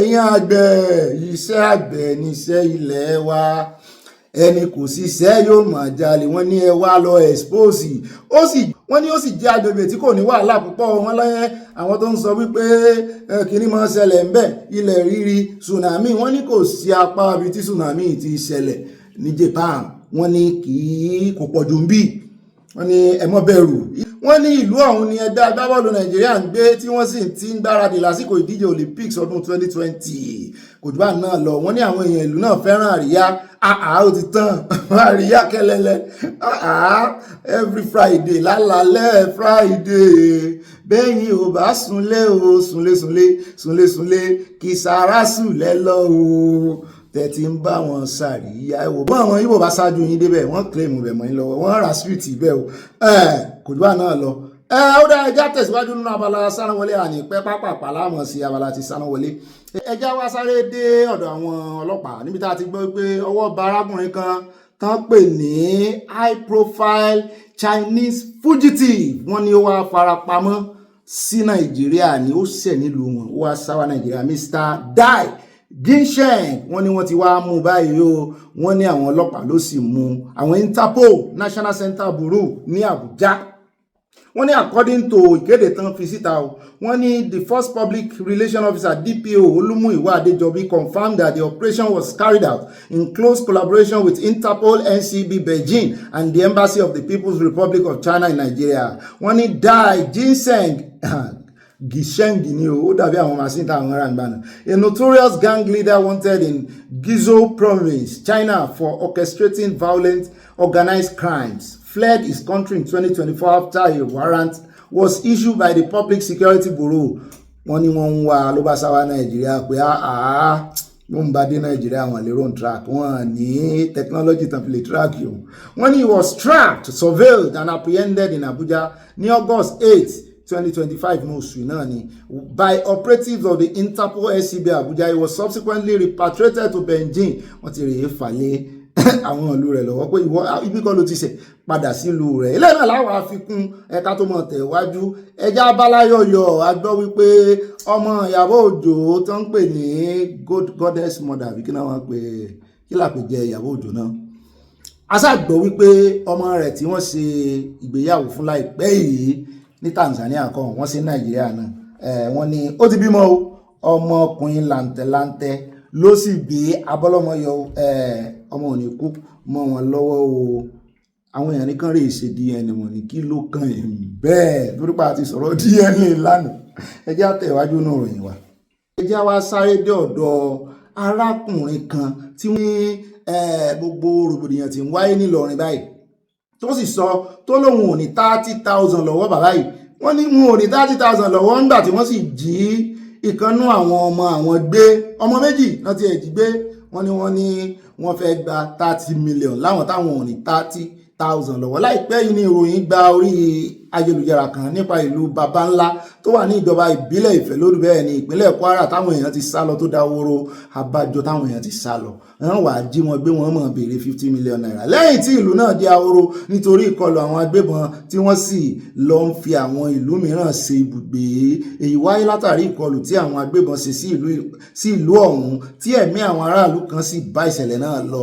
Ọjọ́ Ẹtì ọjọ́ kẹjọ oṣù kẹjọ ọdún 2025 ni ìròyìn sọ pé àwọn agbébọn tó lé ní igba 200 yabo ìlú baba ńlá ó kéré tán. Ìròyìn sọ pé wọ́n pa èèyàn 5 tó fi mọ́ ọlọ́pàá kan. Ọlọ́pàá ò sọ bẹ́ẹ̀ fún àwọn àjíṣẹ́ fún àwọn ọmọ ikọ̀ Miyetti Allah méjì àti aráàlú méjì. Ṣùgbọ́n nígbà tí àwọn oníròyìn ṣèwádìí bàbá kan ló bá wa sọ̀rọ̀ ọ̀kan lára àwọn tí ìṣẹ̀lẹ̀ náà kàn gbọ̀ngbọ̀n tó tún jẹ́ ìmáàmù àgbà ìlú baba ńlá Alhaji Awẹ̀dá sọ fún àwọn oníròyìn wọ́n ní ọmọ òun méjì ni àwọn agbébọn náà gbé lọ tí wọ́n sì tún béèrè fún 30 mílíọ̀nù náírà fún ìtúsílẹ̀ wọn. Nínú àlàyé tó ṣe lórí bí ìṣẹ̀lẹ̀ ọ̀hún ṣe wáyé Alhaji Awẹ̀dá sọ pé ní nǹkan bí aago 11 alẹ́ ọjọ́ náà ni àwọn agbébọn yabo ìlú ọ̀hún tí wọ́n sì jí àwọn géńdé ọkùnrin náà gbé lọ. Yàtọ̀ sí àwọn ọmọ méjì wọ́n tún gbé ìyá ọ̀kan nínú wọn. Ìlú baba ńlá gbà ní wọ́n bí òun sí tóun sì dàgbà sí wọn jíyàn gbé títí di àkótán jí àwọn ọmọ òun gbé wọn jíyàn gbé lórí. Túmọ̀ ga ó níbẹ̀ ló ń ti lọ́wọ́ gbọ́ ìgbésí ayé òun bàbá náà sọ pẹ̀lú omijé ni ó fi dé ìlú Ìlọrin níbi tí wọ́n sá lọ òun náà sá. Arábìnrin Àwẹ̀dá tó jẹ́ mọ̀lẹ́bí bàbá náà sọ pé ilé onílé ni òun lọ sùn ní alẹ́ ọjọ́ tí ìṣẹ̀lẹ̀ òun wáyé nítorí ìbẹ̀rù àwọn agbébọn tí ń yọ wọ́n lẹ́nu. Àmọ́ sí ìyàlẹ́nu rẹ̀ wọ́n yabo ilé tó lọ fi ara pamọ́ sí tí wọ́n sì tún jí ẹni tó gbà lálejò gbé lọ níbẹ̀. Ìjọba ẹni pé wọ́n ń tírèsì wọn ni pẹ̀lú ìbọn ni wọ́n gba àpò owó ọjà mi, wọ́n kó káàdì ìpè tí mò ń tà, kódà wọ́n kó àwọn nǹkan mímu ẹlẹ́rìndòdò tí mò ń ta, ebi pa wọ́n débẹ̀ ni. Alhaji Awẹ̀dá ní ìrànlọ́wọ́ bí òun yóò ṣe rí àwọn ọmọ òun gbà jáde ni òun fẹ́ nítorí pé òun ò ní owó kankan láti dóòlà àwọn ọmọ náà. Tó bá ní 30 million lọ́wọ́ yóò ti fi ṣiṣẹ́ oko, yóò ti lówó lọ́wọ́. Ẹ ti máa mọ̀ pé olówó kan ní ìlú baba ńlá ni. Àwọn èèyàn náà fi kún ọ̀rọ̀ wọn pé wọn kò ní ẹbí tàbí ará níbẹ̀. Ó ga o, a sì rí ìjọba ìpínlẹ̀ Kwara kan sí nǹkan kan. Ọba Yusuf sọ pé ó ti pẹ́ díẹ̀ tí ajínigbé ti bẹ̀rẹ̀ ní agbègbè baba ńlá àti pé àwọn agbébọn tó wà yìí pọ̀ níye wọ́n sì ṣòro láti kojú nítorí ìbọn tí wọ́n gbé lọ́wọ́. Àtàní ó dojúkọ 49 AK-47 nínú ọ̀rọ̀ tí kábíyèsí Yusuf bá àwọn oníròyìn sọ. Wọ́n ní lórí aago ló ti ní oríṣiríṣi ẹ̀yà ló wà ní ìlú baba ńlá, wọn ti gbàbọ̀dẹ̀ fún yín. Ọba ní òun kò lè sọ bóyá agbódegbà fún àwọn ajínigbé wà nínú wọn tàbí kò sí, ṣùgbọ́n ohun tó dá òun lójú ni pé ọmọ ìlú kan kò lè jẹ́ agbódegbà. Kábíyèsí baba ńlá rọ gbogbo àwọn tó sá lọ láti padà sílé, àwọn ti sá padà ní. Ó ní ó ṣe díẹ̀ tí ajínigbé ti bẹ̀rẹ̀ ní agbègbè náà, wọ́n ṣàkúrò ìkalẹ̀, ṣùgbọ́n bàbá ń bàbá ó lóun ò ní 30,000 lọ́wọ́ débi pé òun ò ní 30 million pé kí wọ́n jọ kan gbà wọn o. Ìjọba ìpínlẹ̀ Kwara yìí náà ń ké sí o. Ní báyìí ẹja dé pálásì ọba baba ńlá àbíbá àtúnṣe kan ìmáàmù tán mọ̀ pẹ̀ra wọn ní ìmáàmù Yorùbá, gbogbo Yorùbá pátápátá nílọrin, bá a ṣe kàn wọ́n bẹ́ẹ̀ tán advice wọn mo ní jurisdiction wọn ni ẹja gbọ́ bó ṣe lọ. So ọkọ̀ bọ́sì fún yín láti gba láńsẹ̀sì ìbọn gẹ́gẹ́ bí ọba ìlú. So tẹ́sí commissioner of police lọ́wọ́ Kwara state tẹ́bá ti sọ fún pé a fẹ́ gba láńsẹ̀sì ìbọn fún àwọn ọlọ́dẹ tí wọ́n máa sọ mi nílùú gẹ́gẹ́ bí ọba ìlú, kò sẹ́ni tí ó tako yín. Wọ́n dẹ̀ ní ìbọn tó máa fi sọ ìlú. So bẹ́ẹ̀ sì wá máa wọlé tó máa fi jí ọba gbé, òun ni ò gbójú mu tí ó fi anísẹ́ni kẹ̀kẹ́ tó pé káì. Òun ló jẹ́ kẹ́kẹ́ ọmọ bàbá lẹ́mi jẹ́. Torí ilé ọba, ilé ọ̀wọ̀ ni lè rọ́mọ Yorùbá kan kọ́ wá kọ́ ní sí Sokoto, kọ́ wá lọ jí ọba Sokoto gbé àbọ̀bà Borno, àbọ̀bà Katsina. So wọ́n fi ẹ̀gbin tí ọ̀dà lọ wá nílẹ̀ Yorùbá, òun làwọn fi sọ wípé ẹja máa lọ. Àrífín tẹ́ ẹ̀ ṣe fún àyè ti pọ̀ jù. Ẹ wá láti ilẹ̀ Haúsá, àgbáyé lálejò, ẹ ṣiṣẹ́ màálù dídá, ẹ wá ronú àti máa jí àwọn èèyàn wa gbé, ẹ àwọn obìnrin wa lóko, ẹ tún gba ransom lọ́wọ́ àwọn ọba, ẹ tún jí ọba lú pé bàbá wa kábíyèsí ọba tán jí bèrè o. Bàbá wa kábíyèsí tán jí bèrè o. Tọ́ba wa lẹ́mìí jẹ́ tí gbogbo àgbáyé ní kí n wá bí pé sọ ẹ dàpọ̀ yín ọlọ́dìjọ́ rẹ̀ yín o. Mo tún promise yín lónìí, ìdágbà fi ń jẹ ẹ̀kọ́ agbẹ́wọ́lọ́wà. Gbogbo ẹ̀yin olúọdẹ tẹ́ ẹ wá bí ẹ má jojú ni lọ ẹ̀kára yín. Èyí fòye nìkan tí àgbà máa fi ń jẹ ẹ̀kọ́ lè balẹ̀. Ìlọrin lèmi gbé, kò sí aláya bòròró tó lè wá bá mi bẹ́ẹ̀. Àfi tí ọba sọ̀yàwó rẹ̀ dúpọ̀, tí ó sọ̀bà ìdókòwò olùkàn, ní máa lọ títì, ní olùkọ́ àgbẹ̀ èmi tí fún mi kò sótọ̀ ọjẹ́ tánu. So ẹ má jẹ́ ká fi ọbẹ̀ ẹ̀wà jẹun. Kí mo pè é? Torí Yorùbá ní gbólóhùn tó dé sí táà máa fi pè.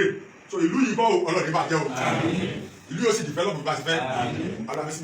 Bẹ́ẹ̀ náà ni nípa ìṣẹ̀lẹ̀ tó ń ṣẹlẹ̀ ń baba ńlá àti aláàbẹ̀ àbálábẹ̀, wọn ò mọ̀ pé dáadáa, wọ́n láṣìírí ti tú, wọ́n ní olórí ọba ní ṣàgbọ́dẹ̀gbà fáwọn agbésùmọ̀mí, àwọn agbénipa, àwọn bandits. Kankan ní inú ìlú yẹn, bàtà àwọn èèyàn wà ń bẹ tí wọ́n fara sí kò sí ibì kan. Wọn àdẹ wọnú ilé wọn kàn yọjú wíńdò ni, ajá tó wà ń bẹ náà yìn ní ìbọn. Bọ̀tà àkàgbà tí wọ́n kó nínú ìlú yẹn tó ń bọ̀ ta lọ, wọ́n lọ sínú agbo. Àwọn tó ń da màlúù wọn pàdé màlúù wọn kó màlúù wọn kó gbogbo ẹ lọ. Àwọn pẹ̀lú ògbó náà pẹ̀lú agbára lọ́wọ́ tí ń tẹ̀ wọ́n. Tọ́lá àwọn àmì ti wọ bẹ̀ gan.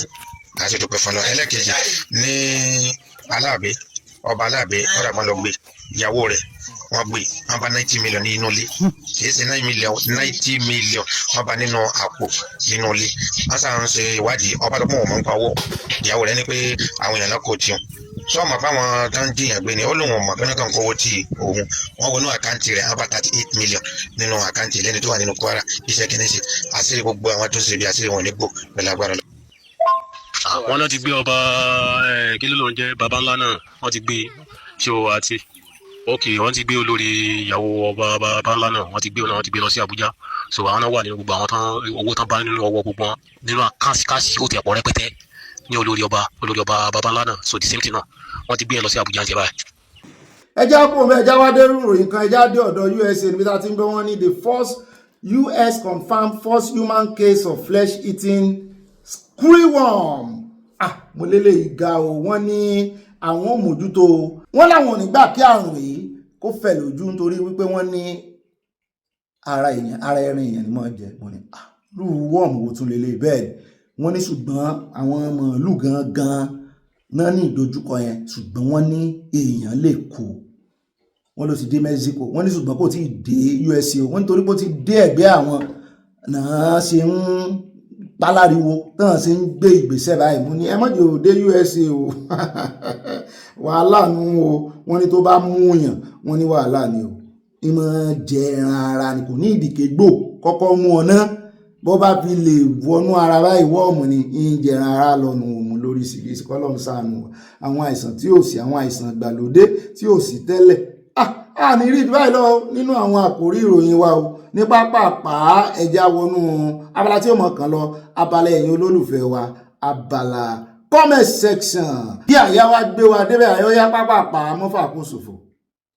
mọ́mí Grace Olùṣòótọ́ àwọn náà sì dé ètò lónìí mo kí n káàbọ̀ sínú abala ẹ̀yin olólùfẹ́ abala comment section wọ́n ní kí ló dé kí ni gan-an ni tí àwọn ènìyàn wa ṣe ń kàn rédò ń kàn báyìí tí wọn kò jẹ́ kí ogun omi náà tí wọn kò fẹ́ kí ìrẹ́pọ̀ adùn wà láàrin wa náà ẹ má jẹ́ kí a máa fi ọlájíyọ̀ ẹ rántí pé àgbà kì í sọ̀rọ̀ bí èwe o ẹ fi Ìgbòho sàlọ́rùn sílẹ̀ Yorùbá nation no going back wọ́n tẹ lọ́ọ̀fù sí a mọ́ mi ò Yẹmí Sàlá wọn ni mo kí yín Ọ̀gbẹ́ni Bobby akú ìsinmi tòní o a sì ọ̀pọ̀ rẹ̀ láyé ní àṣẹ Ìdùmarè àmì o mo kí VDM Ọlọ́run kò ní fi ọkùnrin náà sílẹ̀ Yorùbá nation no going back kí Ọlọ́run mo wà délé láyọ̀ wọ́n tẹ lọ́ọ̀fù sí àti nǹkan ìpanu àtàbí Bọ́lá Savage wọ́n ní Ọ̀gbẹ́ni Bobby Ọlọ́run wa máa fún yín ṣe wà mí ò kó máa bá wa ṣe ni mọ́ mi àti yọ̀lẹ́ sọ́lọ́run lọ́run Yorùbá nation no going back wọ́n tẹ lọ́ọ̀fù sí àti nǹkan ìpanu àtàdésọlá Olútóyìn Sunday mọ́ mi ní Ọ̀gbẹ́ni Bobby òótọ́ lẹ sọ nípa àwọn Ìjẹ̀bú àti Rẹ̀mí mórí o ọba Adétọ̀nà ti sọ pé wàdáì ni àwọn tìjẹ̀bú ti wá ṣùgbọ́n àwa Rẹ́mọ wá láti àdúgbò Rẹ́mọ ní Ilé Ifẹ̀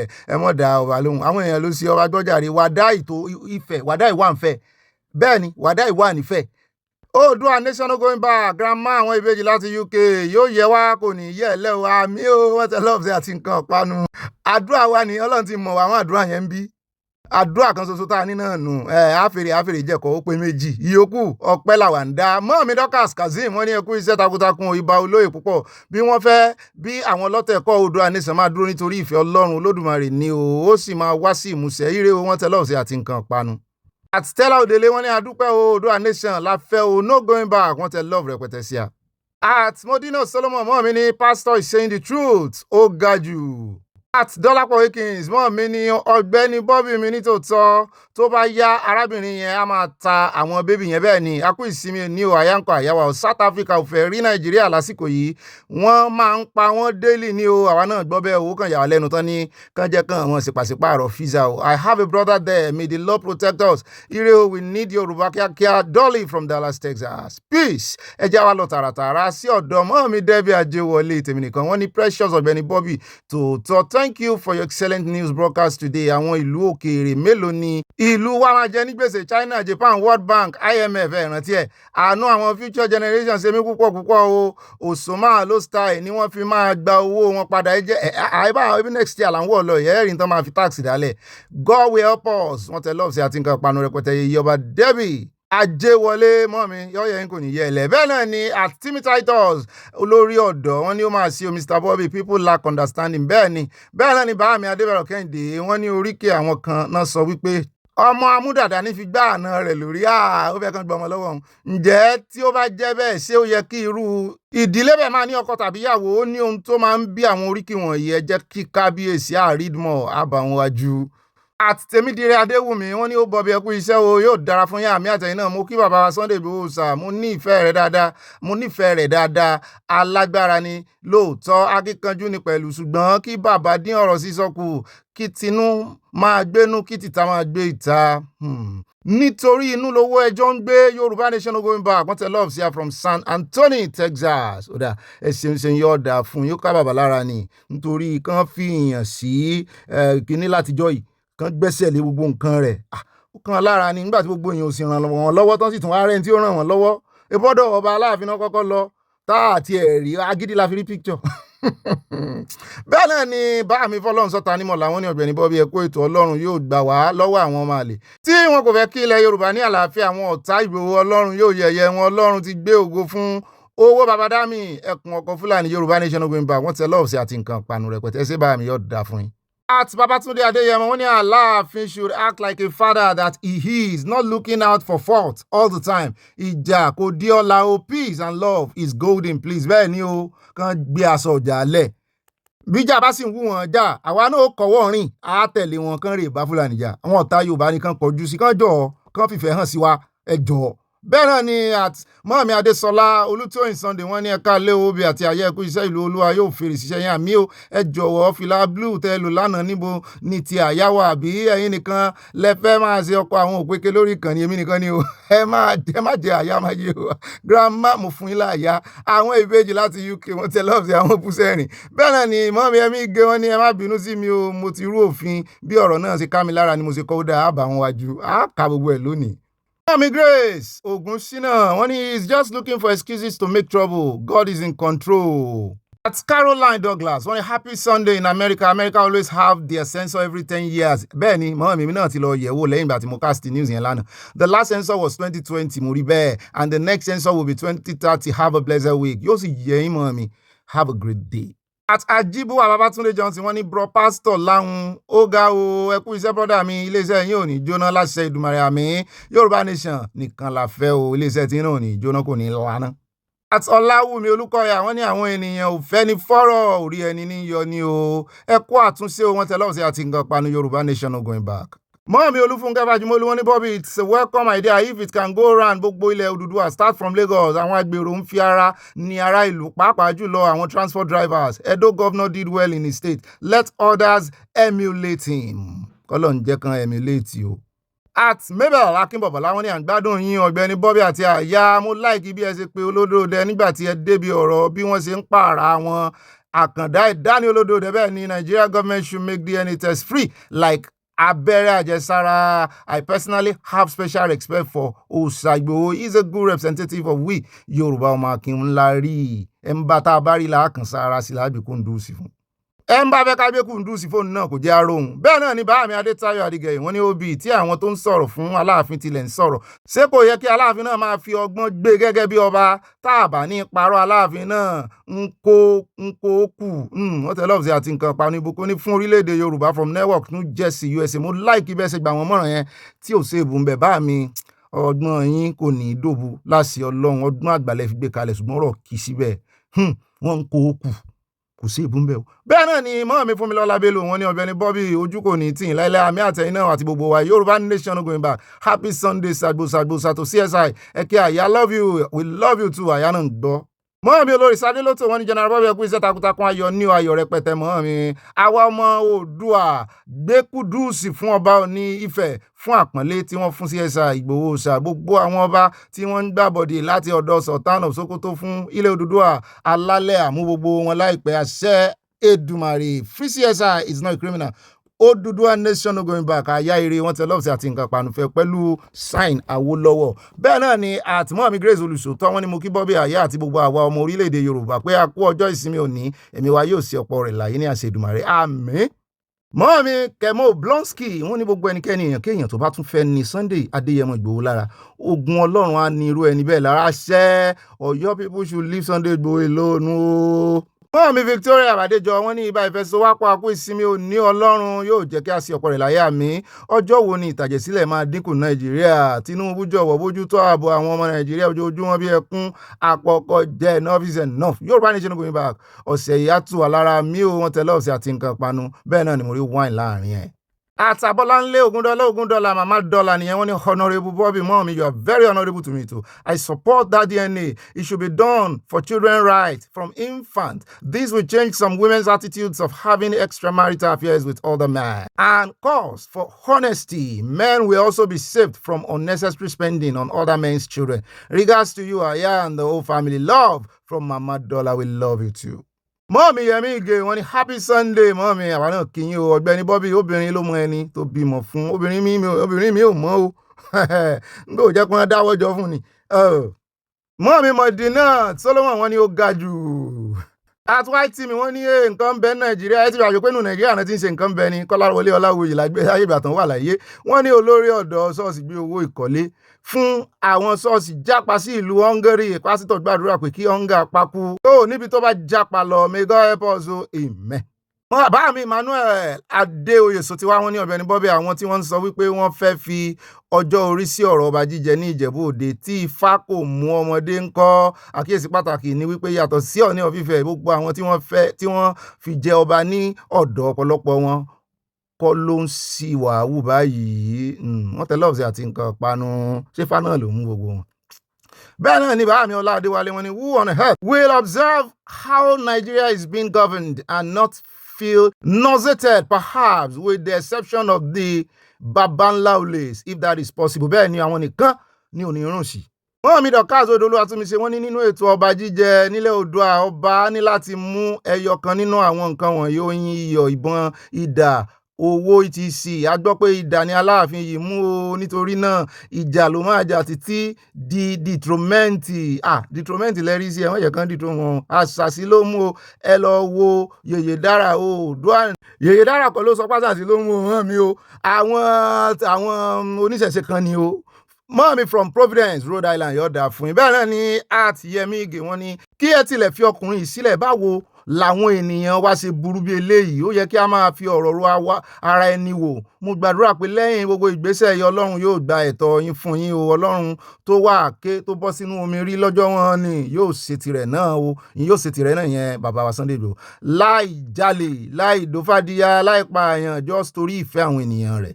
Ẹnikẹ́ni tó bá ṣàánú rẹ̀ lásìkò yóò ráàánú gbà. Ìyanu náà yóò ṣẹlẹ̀ nínú ayé tirẹ̀ náà. Kò sí ẹni tí kò ní ibi tí ó ti ń wojú Ọlọ́run. Bẹ́ẹ̀ ni ẹ jọ̀wọ́ ẹ fi wọ́n sílẹ̀, kí ló dé gan-an. I know ọba wa Ọọ̀ni olójú àánú ni ọgbọ́n Solomon jẹ́ ohun tí Ọlọ́run fún wọn. Mo gbèdì fún Ọọ̀ni rìṣà.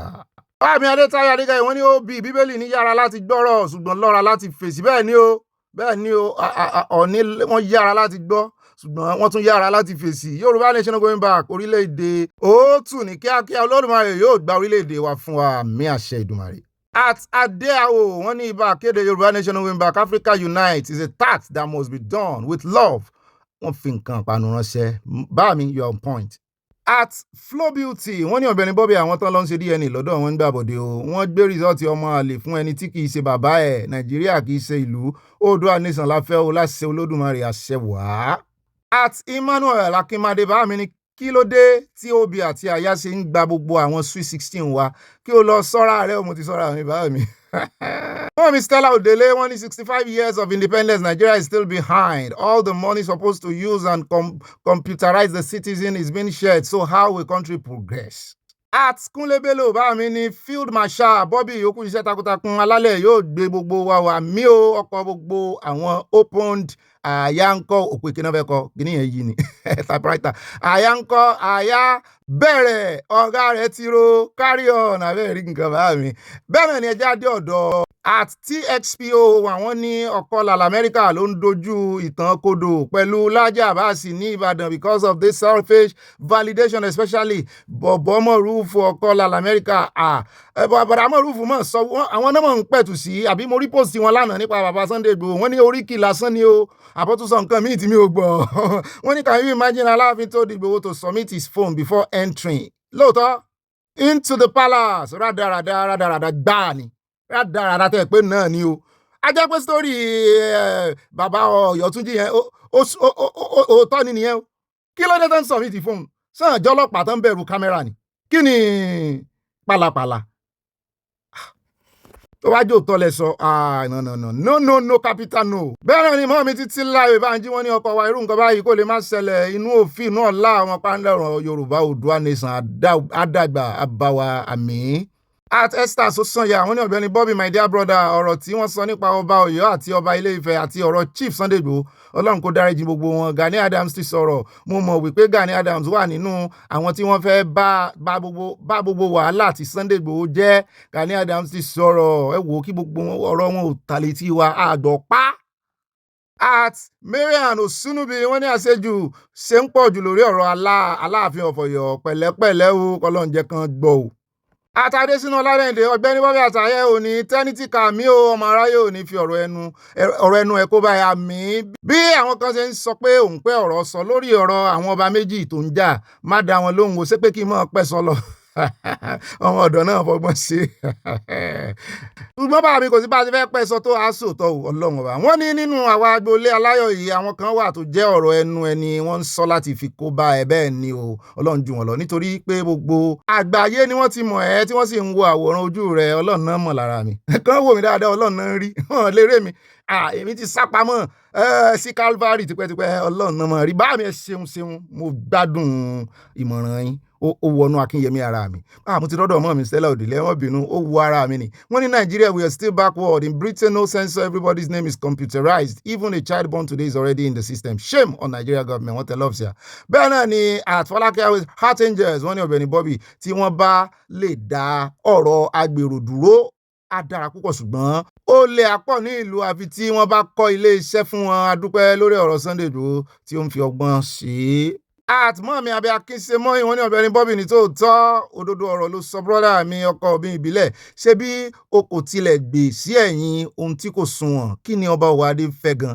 Abilé ayé yìí kọ́ ni òfúùtù fẹ́ tẹ àsan lórí àsan wọ́n tiẹ̀ ti bú mi lórí ọ̀rọ̀ wọn kán tó jọba la ti ń gbé wọn gẹ́gẹ́gẹ́ ẹ rántí ìgbà kan tí wọ́n kó àwọn nǹkan tán fẹ́ fi ṣe àwọn ọmọ aráyé lóore tí wọ́n ra nǹkan bẹ́ẹ̀dì ìtàn lò lọ hospital gbogbo ìgbà yẹn láti bẹ̀rẹ̀ sí kíra fún wọn láwọn èèyàn ní kí n gbẹ́nu mi sọ̀n járe mo èmi tètè mọ́ bìlífù èèyàn mo sì bìlífù wọn náà mo sì gbà fún wọn náà ṣùgbọ́n kan jọ̀ọ́ kan gbàgbára lẹ̀ bẹ́ẹ̀ náà ni Bámidélé Ayẹni ni wọ́n ní Ọọ̀ni àti Aláàfin ni bàbá àwòkọ́ṣe gbogbo ọmọ Oòduà ẹ jọ̀wọ́ ìdàgbàsókè ilẹ̀ Yorùbá ni a fẹ́ ìjà kò lè ràn wá lọ́wọ́ bẹ́ẹ̀ ni àwọn àlejò tí a gbà sílé ti ń gba ẹ̀tọ́ àwọn ọmọ wa tó ń bọ̀ lọ́jọ́ iwájú ẹ jọ̀wọ́ ìkìlọ̀ fún àwọn èèyàn wa kí wọ́n yé ta nǹkan àlùmọ́ọ́nì wa yẹn ilẹ̀ fún àlejò mọ́ ẹ jọ̀wọ́ ojú yín ni à ń wò ìjà kó dọ́là orúkọ ló ń sọ ni ẹ jọ̀wọ́ ẹ yanjú gbogbo ẹ̀ ilẹ̀ Yorùbá kò ní dàrú o kí adé pẹ́ lórí o bá mi àgbà ìwà lọ́jà kò rí ọmọ tuntun wọ ẹwọ̀nà tí bá mi tún gbé gbà ọkàn Aláàfin ti wálẹ̀ báwọn. bẹ́ẹ̀ ni ẹjẹ́ àdọ́dọ̀ bá mi Adébẹ̀rọ̀ Kẹ́hìndé wọ́n ní ẹjẹ́ kábíyèsí Aláàfin lọ sí pẹ̀lẹ́pẹ̀lẹ́ o wọ́n nílò láti lọ kọ́ nípa àṣà ilẹ̀ Yorùbá dáadáa ní ìlú Milekiti wọ́n máa ń ṣe ọdún kan ní àkókò ọdún ìjẹsù nínú oṣù keje ọdún níbi tí àwọn ìyá wa ti máa ń lọ bú ọba wọ́n á gbé àtùpà lọ sọ́dọ̀ kábíyèsí wọ́n á sì máa kọrin wípé agbénáwá agbátùpà wá wo kó ọba àbí wo kó ọba kò gbọ́dọ̀ jókòó ọba o wọ́n á sì máa kọrin wípé nǹkan ọmọkùnrin ń rùn okó ọba ni o kábíyèsí á sì jáde wọ́n á sì máa jó láàrin wọn tí òun náà yóò sì máa kọrin láàrin àwọn obìnrin náà pé nǹkan abẹ́ àwọn obìnrin náà rùn lẹ́yìn èyí ni gbogbo wọn yóò kúnlẹ̀ tí kábíyèsí yóò sì wúre fún wọn àṣà àtọdúnmọ́dún ni o àwọn ọkùnrin ìlú àti obìnrin ìlú bákan náà á sì máa fi nǹkan abẹ́ ara wọn búra wọn tẹ̀rín tẹ̀yẹ wọ́n fẹ́ ké èébú mọ́ra pé tí wọ́n bá bú ọmọ jù ó dùn ọ́ wọn gbọ́dọ̀ ṣerú ọdún bẹ́ẹ̀ wọn gbọ́dọ̀ kọrú orin bẹ́ẹ̀ dọ́dọ̀ Aláàfin nǹkan sọnù bẹ́ẹ̀ náà ni kò síranù wá wọ́n ní ó bí ẹ̀kú iṣẹ́ o alùyìn lọ́gọ̀ ẹnu kò ní í ragbá fún gbogbo àwọn tó ń dá ilẹ̀ Yorùbá rú àmì Oòduà nation no going back. ẹ jẹ́ wá lọ tààràtààrà sọ́dọ̀ Bọ́lá Jókòó Edmí wọ́n ní ẹkú ètò Ọ̀gbẹ́ni Bobby Ọlọ́run ló ń tó lórí ọ̀rọ̀ tẹ́ sọ wípé inú Nàìjíríà làṣìwà kò sí irọ́ níbẹ̀ ọba dé Ọọ̀ni Ilé Ifẹ̀ pé èdè kan wípé tí ọwọ́ èèyàn ọba tí tẹ ikú idà kì í béèrè ikú tó pa baba ńlá òun kábíyèsí tẹ̀síwájú wọ́n sọ wípé àwọn ará bí yóò fẹ́ràn wa bẹ́ẹ̀ ni wọ́n sọ wípé ẹ̀sọ̀ la fi máa gbára wa lọ́wọ́ àwọn ará bí a ní gbogbo èèyàn ló mọ̀ọ́tọ́ ìyẹn fi yé wa wípé ó fi gbígbọ́ sáláì gbọ́ dájúdájú ó mọ nǹkan tó ń ṣẹlẹ̀ kó sẹ́ni tí ò mọ ti ń ṣẹlẹ̀ Nàìjíríà Tinubu gan ó mọ bí ṣe ń lọ gbogbo ẹ̀ ló ń rí ṣé ẹ rí ọmọlúwàbí wá tún lè kan nígboro ayé ni nítorí bẹ́ẹ̀ bá wo sàkún gbogbo ẹlẹ́kùnjẹkùn Nàìjíríà ilẹ̀ Yorùbá nìkan ni ò ti sí ẹgbẹ́ kan tó ń da ilẹ̀ Yorùbá rú tó ń da Nàìjíríà rú so nídìí èyí wọn lọ́pṣàn Sunday Igboho yìí ṣe mọ̀dàrú kì í ṣe criminal Ọládàpọ̀ Ajayi mo ti dọ́dọ̀ yín wọ́n ní ọba Aláàfin my summary is not a patient careful deep thought person in reasoning just wonder why he needs to be calm and use the adage of Yoruba that says look before you leap listen to discussion before you respond thank you very apt bẹ́ẹ̀ náà ni àti Táíwò Ẹ̀dúnjọbí wọ́n ní ó pọ̀ ńlẹ̀ fún Wàsírí kì í ṣe slang kan báyìí táwọn sọ nígbà kan nù. Atọ́lábísí Adéjùwọ̀n ni mo fọwọ́ sí i pé kí wọ́n máa ṣe DNA ẹ jẹ́ kí ẹ̀ṣẹ̀ ìṣìnà dínkù ìjìyà ẹ̀ṣẹ̀ àdínkù lórí ìdílé àti orílẹ̀-èdè nítorí pé ìbẹ̀rù yóò wà pàápàá látọ̀dọ̀ obìnrin ẹ kú iṣẹ́ takuntakun mọ́ àmì ọ̀dà fún yín bó sì bá àmì náà ni. mọ́ mi mo ti lọ́la kọ́mọláfẹ́ wọn ní bọ́bí ọjọ́ wo ni àwọn mọ̀dàrú ènìyàn wọ̀nyí yóò dẹ́kun ìwà búburú wọn o ọ̀rọ̀ fògànnà láti ilé Ifẹ̀ lọ sọ́yọ́ kí bàbá Aláàfin Jèbùrẹ́ o bàbá dámì ń wá bí nǹkan yóò ṣe dára ni o kò sọ̀rọ̀ lòdì sí ọba kankan o ìfá ìgbà tán máa dárúkọ ọba tó ń sọ̀rọ̀ sí gan Sultan of Sokoto náà ju náwó sí Alálẹ̀ àti Ìgbòho lẹ́yìn àmì o bọ́bí àti àyà ẹnu wa ò ní pa wá lórí ìkànnì yìí o àmì o ẹnu òròfó nípa òròfó lẹ́gẹ́ sọ́ra rẹ ilẹ̀ ń yọ ẹ fílẹ̀ kó mọ̀ tùtùkùtù gbogbo ó bá rí èèyàn kan tó fẹ́ àtàkì ẹ̀ sí wọ́n ti mọ gbogbo ibi tó ń lò sínú ilé rẹ̀ bẹ́ẹ̀ náà ni àti Demi Peters wọ́n ní this king is not a real king it is government king not God called. mi Olúṣọlá Adébámu tọ́dọ̀ wọn ní òbí àwọn tí mò ń wò yàtọ̀ sí àwọn Fúlàní o Haúsá ni wọ́n o wọ́n sì yàtọ̀ gédégédé sí àwọn Fúlàní yẹn àwọn tó lọ kí bàbá wa Ládọjà ọba Ládọjà ńlé ọba Ìbàdàn sùúrù ní ọ̀rọ̀ ìgbà fún gbogbo wa àti Olúbàdàn kí ìgbà wọn kí ó san wá àwọn Haúsá kì í ṣe oní ìjà tàbí jàgídíjàgan súnmọ́ gbogbo wa la máa pa àlà fúnra wa àwọn náà gbàbọ̀dé fún wa nílẹ̀ Yorùbá àwọn Haúsá àwọn náà sì rèé wọ́n ti mú mi ìyà lọ́wọ́ àwọn Fúlàní báyìí kálọ̀ náà lè dìde gbogbo bá ṣe ń pariwo láti jẹ́ pọ́n Fúlàní ṣe rádaràdá ńlẹ̀ Yorùbá irú àwọn Haúsá tó ń kọ̀ wọ́rin lọ ní ìsìn kárí wọn kan dìde wípé ẹ̀yin Yorùbá náà wà bẹ́ẹ̀ náà ni ẹjẹ́ àdọ́dọ̀ ọba mi Abíọ́dún Òsínnáwó wọn ni adúpẹ́ wípé ọba Aláàfin Ọ̀yọ́ tètè fọ̀nà hàn wá bí bẹ́ẹ̀ kọ́ Ọlọ́run kò ní kí á ṣe àṣedànù wọ́n sọ wípé àwọn ní ilẹ̀ Yorùbá wípé Ọlọ́run tètè fi kọ́lọ̀ wọn hàn wá bí. ẹ ò mú kí yín káàbọ̀ sáyà sí yín dáadáa ẹ jókòó déédéé ẹ fẹ̀yìn lé nǹkan ẹ wá nǹkan táìmọ̀ sọ̀rọ̀ àjíjẹ wá nǹkan olómi tútù sí tàbí ẹlẹ́rìn dòdò ó sì ṣe omi lásán náà ni ẹ múlẹ̀ water is good ẹ mọ̀ jẹ ápù dáadáa o wọ́n ápù pàdé ẹ mọ̀ jẹ ápù GMO ó dá o gbogbo ibi tá a ti mẹ́nu bà nú àkórí ìròyìn ẹjẹ́ àwọn ṣe justice sí ká máa yànnà náà gẹ́gẹ́ bí òye tẹ fi mí jẹ́ o alákọ̀ọ́kọ́ ń bẹ̀ ká tó lọ sọ́dọ̀ ti bàbá wa Sunday Igboho àti àwọn ọba méjèèjì tí àárín wọn ò gún régé tó sì jẹ́ wípé láti ọ̀dọ̀ ọba kan ló ti wá ọba kan ló pàrokò ránṣẹ́ tí àwọn èèyàn gbọ́ àwọn èèyàn ló sì sọ pé àrokò yẹn ò dáa rárá à ń bọ̀ bẹ́ẹ̀ ọ̀rọ̀ tó yẹ kán fi tùbí nùbí yanjú ọ̀rọ̀ ọ̀nù lé ní kì í sọ̀rọ̀ ta kì í sọ̀rọ̀ gbà mo ga o in fact Sunday Igboho tán tún lọ ń pe ọba kan tó sọ fún Sunday pé ó sẹ̀mí o ìyẹn gan ò necessary káná ti ní nọ́mbà Sunday Igboho ni tàbáwọn tó wà láyìíká àwọn tán mọ Sunday Igboho bóyá ẹ bá ń sẹ́ndì nọ́mbà ẹ jẹ́ ń pè kí n bá wí fún ara mi simple as that kí ni ìhàlẹ̀ ṣé àlẹ́ lèyàn wọn fi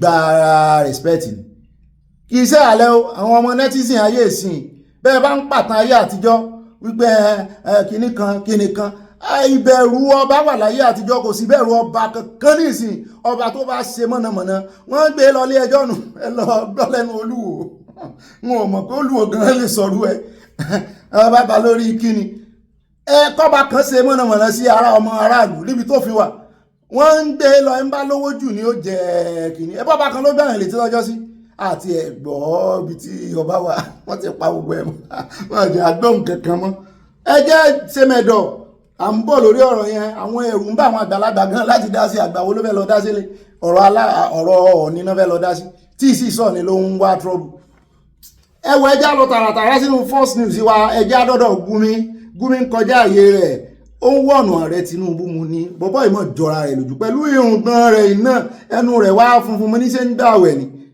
kò rí nǹkan tọ́lá ẹnu gbẹ nígbà tán sanwó ransom tání tẹ́lẹ̀ ní lábẹ́ ìṣèjọba Buhari wọ́n ti kówó ransom lẹ̀ àwọn bá wọn sọ̀rọ̀ òun ni mediator wọ́n ní prominent Islamic cleric Dr. ó ti ẹ̀ jẹ́ doctor ni Ahmad Abubakar Muhammad Gumi wọ́n ní ó ti ké gbàjarè síta lórí ẹ̀sùn kan ó fura ni wọ́n sì ní ìfura lógun àgbà pé àwọn intelligence agent ti Israeli tán pè ní Mossad bíi DSS Nàìjíríà wọ́n ní wọ́n ti wọ Nàìjíríà ó sọ ó ní lórí social media ló ti sọ ó lórí page ẹ̀ Gumi claimed that the development could lead to clandestine pé ó lè could lead to ìpànìyàn àwọn mùsùlùmí pé pàápàá jùlọ àwọn táwọn jẹ́ olórí mú ní ara ní ń fún bóyá ó ti ṣe nǹkan ẹ̀ṣẹ̀ bóyá ó ti mọ̀ pé wọ́n ti ká intelligence bí intelligence bá wá àyàn wá láti Israel ṣé yóò wá wọ Nàìjíríà àwọn onímọ̀ ni DSS onímọ̀ pé intelligence ìlú kan wọ ọ̀dọ̀ àwọn intelligence méjèèjì wọ́n jọ ń ṣiṣẹ́ pọ̀ ni ẹni tí wọ́n bá rádaràdá lọ́wọ́ rẹ̀ nìkan mú kí ní ń bọ̀ lẹ́rù ìwọ jẹ̀bi ni tó ṣe ń bẹ tó ṣe ń bẹ̀rù ẹ̀ ń bá jẹ̀bi ni ó kù gbì a sì mọ̀ kó jẹ̀bi tọ́rọ̀ bá ti di ọ̀rọ̀ terrorism ó jẹ̀bi wọ́n sì pọ̀ ń bẹ́ẹ̀ òun wà nìkunra ni. Bẹ́ẹ̀ náà ni ọ̀rọ̀ tá a sọ lánàá bàbá tá a gbé wá tó sọ̀rọ̀ nípa ikú Abacha ní gómìnà bá tún ṣe bí ọ̀bùnrín kó ọkọ̀ ti ràn mọ́ ó ní ó wá ń ṣàpèjúwe ikú tó pa Abacha General Abacha ó fẹ̀sùn kàn án ó ní wọ́n fún májèlé ni ó ní alẹ́ ọjọ́ yẹn ló sì gba olórí àwọn Palestine orílẹ̀-èdè Palestine tó ń jà lórí wọn ní ìsìn orílẹ̀-èdè yẹn ó ní alẹ́ ọjọ́ yẹn ni ó gba olórí wọn lálejò ìyẹn Yasser Arafat ní Abuja ó ní bó ni àwọn arábí ṣe ní agbára ní Nàìjíríà mo ní ṣé ó ṣe jáde látijọ́ ìkó wá sọ ẹni tó pa Abacha fún wa ó ṣe jáde kó náà Israeli ló pa Abacha ó wá ń sọ níbò ni wọ́n sì fẹsẹ̀ múlẹ̀ Nàìjíríà tó yìí ó wá ń kúrẹ́rì ìjọba ó sì ń wọ̀nà ààrẹ Tinubu wípé àwọn tó ń fún ààrẹ Tinubu l'advice ó ní advice burúkú náà ń fún ààrẹ Tinubu on this matter ó náà ń parọ́ fún ààrẹ ni wípé káàrẹ wá gbóòtọ́ kàn invite òun kóun wá fún wọn l'advice according to Gumi any such collaboration will cost Tinubu a lot more than he may gain. Ìwọ ló máa kó àwọn DSS níṣẹ́ abẹ́ẹ̀rí kí ló mọ́ bá àwọn lẹ́rù tọ́rọ̀ bá ti di ọ̀rọ̀ Israel DSS Israel kápẹ́ wọn DSS intelligence kìíní wọn lọ́hùn àti ti Nàìjíríà wọ́n jọ ń fọwọ́sowọ́pọ̀ sí ẹ̀sìn mọ̀ wípé wọ́n pe ìpè lọ́jọ́ sí yóò sì dá fáàrẹ Tinubu pẹ̀lú wọ́n sì gbà wọ́n láàyè ṣé wọ́n pé Israel pe ìpè lọ́jọ́ sí wípé àwọn ṣé Iran náà dákọ̀ àbí Palestine nígbà kan tí ajá olúwo tó ń gbé flag wọn kiri ṣé ẹ̀ tí ẹ̀rí ẹnu Gumi tá a ti gbọ́ yìí náà dáa ṣé báwọn olórí ẹ̀sìn mùsùlùmí oníjihadis náà wá ṣé wọ́n ló wà sọmú DSS náà sí nígbà tó bá ń gbọ́ ilẹ̀ intelligence tán sì mú ẹ̀rí wá pé àwọn báyìí ló wà ń di agbésùnmọ̀mí tí wọ́n wá fẹ́ boycott wọn fẹ́ dá wọn dúró pé àwọn tó yín tó fún ààrẹ ṣáàrẹ Tinubu náà fún ní advice yẹbó lórí DSS wọn àbẹ bọ̀dàdé ọlá ẹ mọ́ dá lóhùn ọmọ ọkọ ní us ọmọ àlè ọmọ ọkọ Yorùbá ní ẹ ṣiṣẹ́ takuntakun mo mọ̀ pé iṣẹ́ yín abẹ́lẹ̀ lẹ ti ń ṣe kò láì láòdù ẹ̀ mọ́ ṣùgbọ́n à ń délé gbọ́ à ń gbọ́rọ̀ yín yọ̀dà fún yẹn bá ń gbé kùndùsì fún bọ̀dàdé ọlá pé wọ́n ti ẹ̀gbọ́n mọ́ Yorùbá ẹ sì jẹ́ á kì wọ́n láyà pé káwọn jẹ́ kí Gumi kó dẹ́rù bà wọ́n Gumi ò sínú ẹni tó lè halẹ̀ mọ́ bọ̀dàdé ọlá Gumi ò sínú ẹni tó lè halẹ̀ mọ́ yín o ẹ ṣiṣẹ́ yín bí iṣẹ́ intelligence yẹn ẹ ṣiṣẹ́ lórí iṣẹ́ yín ní kò lè kọ́ yín iṣẹ́ yín so ń jẹ́ intelligence kìíní officer ìyẹn Gumi wá gbọ́ pé àwọn intelligence Mossad dé tán tí USA náà bá dé wọ́n pariwo ṣùgbọ́n tán tó bá jẹ́ wípé irú Palestine tàbí Egypt na DSS ti fọwọ́sowọ́pọ̀ pẹ̀lú ti DSS Nàìjíríà kò ní pariwo wọ́n ti mọ̀ pọ́n bù àwọn ṣùgbọ́n DSS Nàìjíríà ò ní ìgbàbọ̀dì ẹ ṣiṣẹ́ yín bí iṣẹ́ intelligence tẹ́ ẹ bá gbọ́ bó sọwọ́ US lẹ́ti gbọ́ n tó mú Saudi Arabia lé Gumi padà wọ́n ti rí nǹkan kan n tó wá mú intelligence àwọn Israeli wà tún kẹsẹ̀lẹ́sẹ̀ wípé ẹnìṣó Nàìjíríà a jẹ́ wípé owó tó bá ẹ̀rù ní ń bà gbogbo wọn ní ẹ̀sìn mú wọ́n pọ̀ nílẹ̀ Yorùbá náà o ẹ̀rù tí ń bàjẹ́ olúwo wọ́n pọ̀ nílẹ̀ Yorùbá ẹjẹ́ á gbé ìròyìn yìí kó tàn káyé àwọn fúnra wọn náà túra wọn ń dì síta àwọn fúnra wọn ni ó dẹ̀ já kó ń bẹ́ẹ̀ jáde studio níbi tí Ọbásanjọ́ tún ti ṣèwé mi síta o bàbá ò fẹ́ gbé àṣírí ìkọ̀kọ̀ lọ sọ́dọ̀ ẹlẹ́dàá wọn kàn rọ́ọ̀sì ìwé síta akọni wọ́n tún ti kàn mí báyìí o níbi tán ti ta àwọn judiciary làbùkù ṣùgbọ́n kanú wọn ní rárá ó lò ní èsì ọ̀rọ̀ fún ààrẹ ìjẹrin àbí ìjàrùn só ti di ìjàrùn ààrẹ Ọbásanjọ́ ààrẹ ìgbà kan wípé lábẹ́ ìṣèjọba wọn ṣebí judiciary wà lábẹ́ ìṣèjọba wọn pé ẹ̀yin yàgbẹ́ ti gbàgbé àwọn tó kó ọwọ́ wọn sì ràn fẹ́ ràn wọn létí ẹ bá ń tẹ́sí lábẹ́ ẹjá gbọ́ lẹ́nu agbẹjọ́rò yìí analyst náà tún. What Obasanjo has said is not new. The only thing is that I don't take statements from former leaders of Nigeria seriously. Why? This is not new. when Obasanjo was president, people accused also the judiciary of being deeply compromised. Even before Obasanjo became president, remember Oladipo Dia even accused the judges that judges then used to write two judgments, one in the right pocket and the other one in the left pocket, depending on who is paying more. When Obasanjo became president, we also know how so many, courts gave judgments to favor of government, and in some cases, there were so many innovations also by some state governors. So Obasanjo had every opportunity for 8 years to set the judiciary on the right track, to ensure that the integrity of the judiciary is returned. But he didn't do that. So if I'm complaining, if me as a young man, Nigeria lawyer, is complaining, and not people like Obasanjo who has been leaders, who had opportunity to correct this wrong they are complaining about today, and then he shouldn't be complaining, because he had every opportunity to set Nigerian judiciary on the right track, to correct the anomalies that is corrected today. But rather, what did he do? He rather, when it benefited him, he looked the other way until now he's out of power, and that led to precedent that he set and been built upon. And today he's complaining. He shouldn't be complaining. He should enjoy the pot of porridge that they prepared for the judiciary. That's all I have to say. Not whether or which area of the judiciary should be corrected or corrupted, or we need reforms on. We talked about even appointment, how judges are appointed to the bench, and the fact that there's need to even segment our courts, and our court system are overburdened, and all of that. All of these things had been there right from time immemorial. Remember, even Justice Kayode Esho once said during Obasanjo's era that the way we were going, we are gradually creating billionaire judges who, at the end of the day, even if you ask them to go and sin no more, they will simply walk away with their whatever gains. That does not take away the fact that there are so many upright, fantastic judges. But unfortunately, our leaders, they are like the ostrich who bury their head in sand and pretend that there is no problem until they leave office. And that's where Obasanjo, has found himself today. He pretends to be the only saint in Nigeria, unfortunately, but he had opportunity to set this nation on the right path and write his name in gold in the sand of time. But what did he do? He was busy chasing totem that he forgot that the problems were there for him to solve. But for the Atiku was Obasanjo's running mate, and we saw how the precedent they set today is what others are living on. And then you're coming to say you have learned your lesson, now you want to correct it. It is the same thing with Obasanjo. When you remember the Supreme Court judgment on Obasanjo's election in 2003, Justice Oguntade dissented that irregularity in Obasanjo's election in Ogun State was substantial enough to nullify that. Justice Oguntade nullified that election in 2003, but Justice Nikki Toby upheld the Obasanjo election. Was it not the same judiciary? Now you're talking about at the end of those days, Obasanjo eulogized this same judiciary. Even when somebody said Nigeria was Jagadaga, Obasanjo said it was his father's hand that was Jagadaga. But today, he suddenly remember that Nigeria is Jagadaga.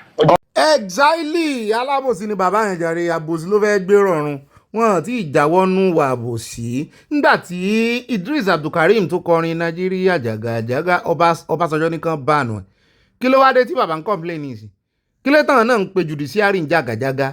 Ó yẹ kán nìkan kó jẹ, kán má jẹ́ kéèbí wọn pẹ́ rárá. Àbí nǹkan sọ nìyẹn pé judiciary jàgàjàgà, ọmọ yìí sì fi kọrin lọ́jọ́ sí ẹnìkan bánu ẹ̀.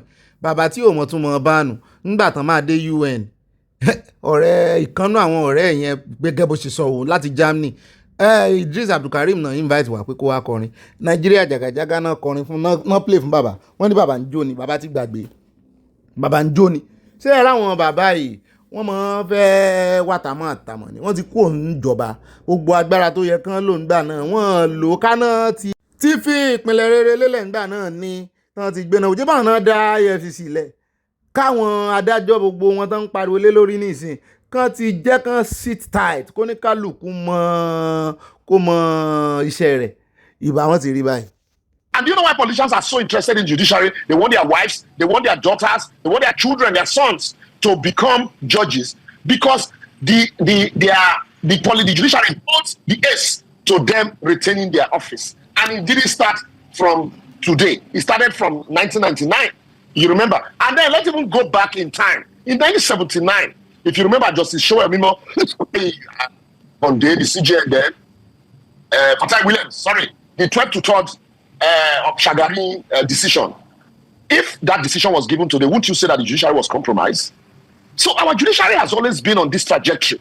My problem is, successive government came, they had opportunity to correct it, but they didn't. Rather, they took the benefit of that rot that they complained about today. Rather than making it, an independent arm that should be insulated from the vagaries and the murky waters of politics. Rather, they pushed it down. And so every government that comes will just take benefit of what had been established. And it started from Obasanjo. And so today, writing letters and writing books that he's used to. Unfortunately, because the man is old now and he's a very clever person. So most of the books he's writing now are the legacies that you will remember him for.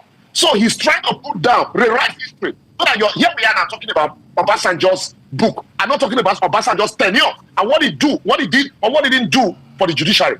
The man is trying to rewrite history so that, you know, when he exits this, stage, what he'll be talking about is his last statement, his last books and the rest, and not what he did or what he didn't do during his tenure as president. Ọgbọ́n burúkú táwa ti ń rò wípé wọ́n fẹ́ tú gbogbo àṣírí òótọ́ sì ni gbogbo bó ṣe ń tú àṣírí tó wọ́n tú àṣírí ìwà ìbàjẹ́ táwọn náà ṣe wọ́n ẹ̀fà sọ látẹnu wọn rí wọ́n wá tamọ́ láti gbèsè ra wọn lẹ́yìn ni so wọ́n fẹ́ tún gbogbo ìwà ìbàjẹ́ tán ti ṣe wọ́n fẹ́ tún kọ́ wọ́n fẹ́ fi pa eléyìí tí wọ́n ti ṣe sẹ́yìn wọ́n fẹ́ fi parẹ́ kí ló dé táwọn ò ṣe máa sọ gbogbo ohun tó ṣẹlẹ̀ nínú ìṣèjọba wọn. Mi ò rí kankan nínú wọn tó sọ wípé àwọn ṣe Nàìjíríà rí anyway IBB jáde ó lóun gba gbogbo iṣẹ́ burúkú tó ń ṣe ṣùgbọ́n ó sì ń wá tamọ́ náà ni.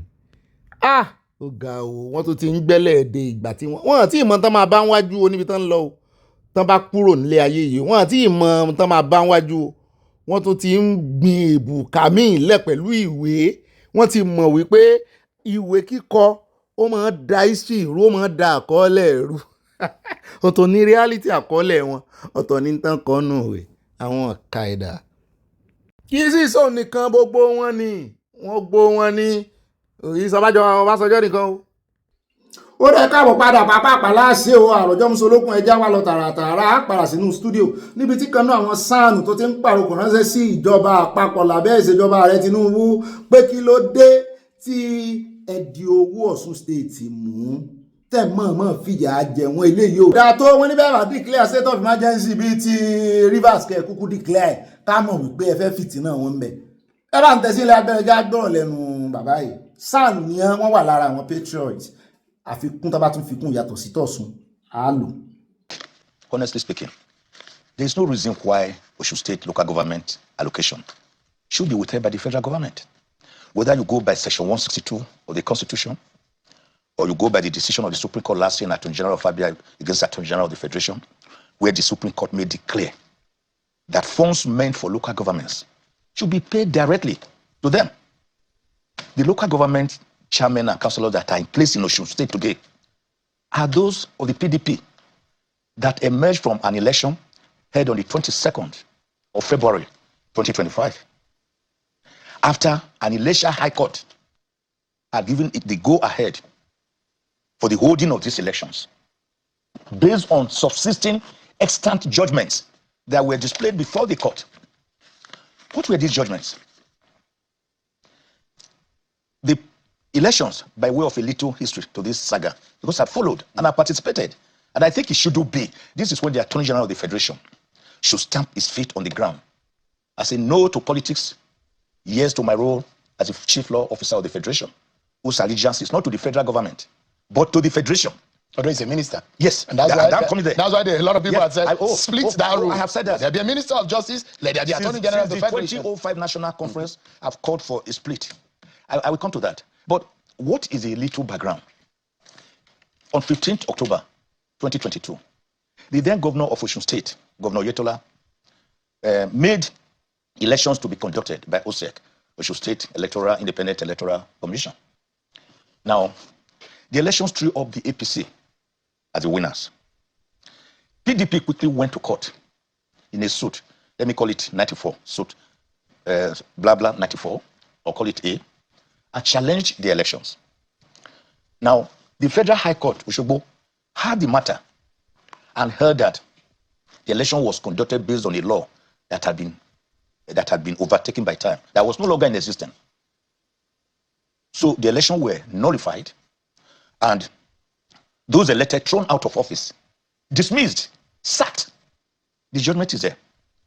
Meanwhile, another political party, APP, or People's Party, also went to court. But the difference is that while the PDP went to court before a new law came into being, the APP went to court after a new law had been promulgated. The Federal High Court of Osogbo, in a similar vein, also sacked the APC chairman and councillors, meaning 2 judgments sacking them from office.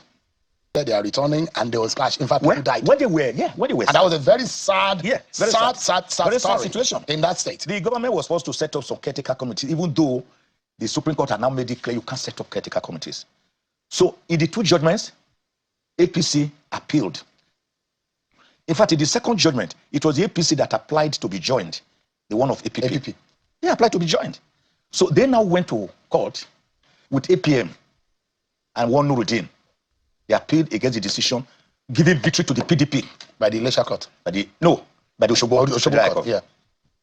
So on the 13th of January this year, when the appeal was not being prosecuted, some of the parties approached the Court of Appeal and said, dismiss this appeal. Records have not been compiled. Nothing has been done. It can't be here. The Court of Appeal listened to argument and dismissed that appeal of APC and APM, meaning that it was no longer there. That's the appeal against the judgment of the PDP. Meaning that judgment, of the APP, meaning that judgment of the APP still subsists and was still extant. Now, not upturned by any court of law. Only the one in contention and set aside is that of the PDP. Yeah, by the appeal court. By the appeal court. So the PDP, on the other hand, the appeal court set aside its own on the 21st of February this year. But in setting it aside, they did so because the action was filed prematurely. We call it the doctrine of prematurity. It was inchoate. Events had not happened to give what you call reasonable cause of action.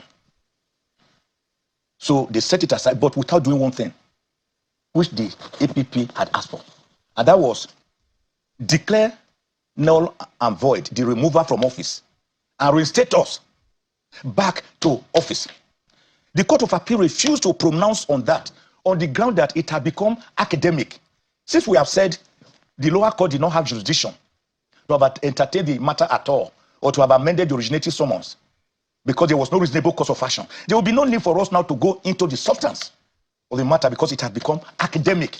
So they never made any consequential order saying we are hereby reinstating. So the matter was hanging. It was not hanging. It means that the judgment of the PDP in 94 now subsists. Because they never, the only consequential order the Court of Appeal made in that case was the award of 250,000 naira cost against the PDP. ó náà láti gbọ́ o àlàyé òkàgbọ́n wọn ní APP gan ló wà lọ́rùn ẹgbẹ́ APC lọ́sùn wọ́n sì ní wọ́n ti dárú ẹjọ́ ìrí tó sì jẹ́ wípé ó gbé APC nígbà tí ó wàá gbé wọn ní ìsìn kí ló dé tán fẹ́ ba ilé bàbá wọn jẹ́. Ọ̀ṣun state ni ààrẹ ti wá, Ọ̀ṣun state náà ni Oyètọ́lá ti wá, kí ló wá dé tí wọ́n fẹ́ fi ṣe kàkà kí eku mọ̀jẹ̀ ṣe á fi ṣàwàdànù. Wọ́n ní ẹtúlẹ̀ ẹgbẹ́sẹ̀ kúrò lórí owó Ọ̀ṣun o, wọ́n ní ẹgbówó wọn fún wọn. Ó rẹ káàbọ̀ padà ìbá pàápàá ẹjẹ́ apàdà sínú stúdíò lọ́dọ̀ ọ̀rẹ́ mi Isabella tí mo ń ṣe program lórí channels kan lára àwọn client mi nígbà tá a wà Nàìjíríà nù. Òun ló wá invite arákùnrin kan wọ́n á ń bi léèrè torí lọ́ọ̀yà nìyẹn wípé nípa táwọn ọlọ́pàá ti ń ṣe tẹ́rù ń bá wọn ní ìsìn náà la gbọ́ kan láàfin ṣe tani wọ́n ní wọn gbọ́dọ̀ mú fóònù wọlé nígbà tí bàbá Sunday Igboho réèkì bí wàá Sunday Igboho bá lo metal glass lọ́ńkọ́ bóun náà ṣe fẹ́ mọ̀ ṣé èèyàn wádìí wọn ni sẹ́rù ń bà wọn ni. lọ́rọ̀ kan ẹja mọ́rọ̀ lé ọ̀rọ̀ àwọn ọlọ́pàá wọ́n ní kò sófin tó ní kọ́ ọmọ Nàìjíríà mọ́ lo glass tó ní kámẹ́rà o wọ́n ní kódà kó o ní kámẹ́rà gangan ló mú jáde tọ́lọ́pàá dọ́ dúró wọ́n ní iṣẹ́ ọlọ́pàá ni kó béèrè ìwé rẹ̀ bẹ́ẹ̀ náà ni ara iṣẹ́ rẹ̀ ni pé ìwọ tó ń béèrè ìwé lọ́wọ́ rẹ̀ yẹn gan pé iṣẹ́ rẹ̀ àkọ́kọ́ ni kó dáàbò bò ọ́ ó sì gbọ́dọ̀ dáàbò bò ọ́ transparently ni pé tó bá wá rí ọ tó ń lo kámẹ́rà pé wọ́n bá sì mọ́ lọ ṣe training fáwọn ará àbí kán mọ́ lọ kọ́ọ̀sì ńlò òyìnbó bóyá ojú wọn á là díẹ̀ tán bá rí báwọn ọlọ́pàá ṣe ń ṣe àwọn ọlọ́pàá tìlú òyìnbó náà ní lọ́wọ́ oṣù gbọ́n wọ́n bá rí bọ́n ṣe ń ṣe bóyá ojú wọn á là díẹ̀ exposure àwọn ọlọ́pàá Nàìjíríà náà nídìí exposure o bóyá tán bá kọ́ ọmọ pọ̀ ní Mercy tán tiẹ̀ dà wọ́n pọ̀ bó ṣe oṣù 6 máwọn tìlú òyìnbó ìbáṣe UK ìbáṣe US ìbáṣe Europe ń bì kán jẹ́ wọ́n ṣe 6 every ọlọ́pàá invest lẹ́yìn lórí kán wọ́n ṣe ìmí wọ́n japa wọ́n ní padà lọ àbí ọ̀rọ̀ pásọ àná tó ní tóun bá rí chance àti japa sóhun ò ní japa ìkànnú àwọn ọmọ ọjọ́ òun olórí ọ̀dọ́ wa kówó òjọ jẹ ó sá lọ hungry pé ebi náà ní ọ̀pá kú mbẹ ó dẹ́ wà ń tẹ̀sílẹ̀ agbára ìjà gbọ́rọ̀ tí arákùnrin sọ ọ̀rọ̀ rẹ̀ make sense gan. A lot about our security architecture and, you know, understanding of the uniformed man on the street as to what his purpose is being on that street. If in the back of his mind he realizes that his first function is to protect and serve on that street, then I don't think his approach will be to slap someone all because they had the glasses on. So AI-powered glasses, yes. Some would say, okay, you're recording me without my permission. Yes. What does the law say when it comes to being recorded in public? Yes. And was there any infringement on the police officer's rights? Yes. Personally, I don't think that there was. The police, so first of all, I think citizens generally have to understand that the police have a right to stop and search, and that's not diminished in any way by the use of AI or anything like that, right? Wearing your glasses, your sunglasses for whatever reason, whether AI powered, whether recording or not, should also not be a problem under the law because as a citizen, you're allowed to do that as long as you're not using it for any sinister purposes, right? If the police then approaches you and says, you know, let me see that or let me inspect what that is, you have a right to be able to give them that and then make sure that they use it for whatever they want to see and then they can return it back to you. I don't know any part of the law that then requires that they seize it or beat you up for wearing glasses, right? The question that comes to mind or that one should be asking was, what was the purpose of the stop and search? Was it just the documentation? How did we end up at a police officer slapping someone that he should be protecting on the streets?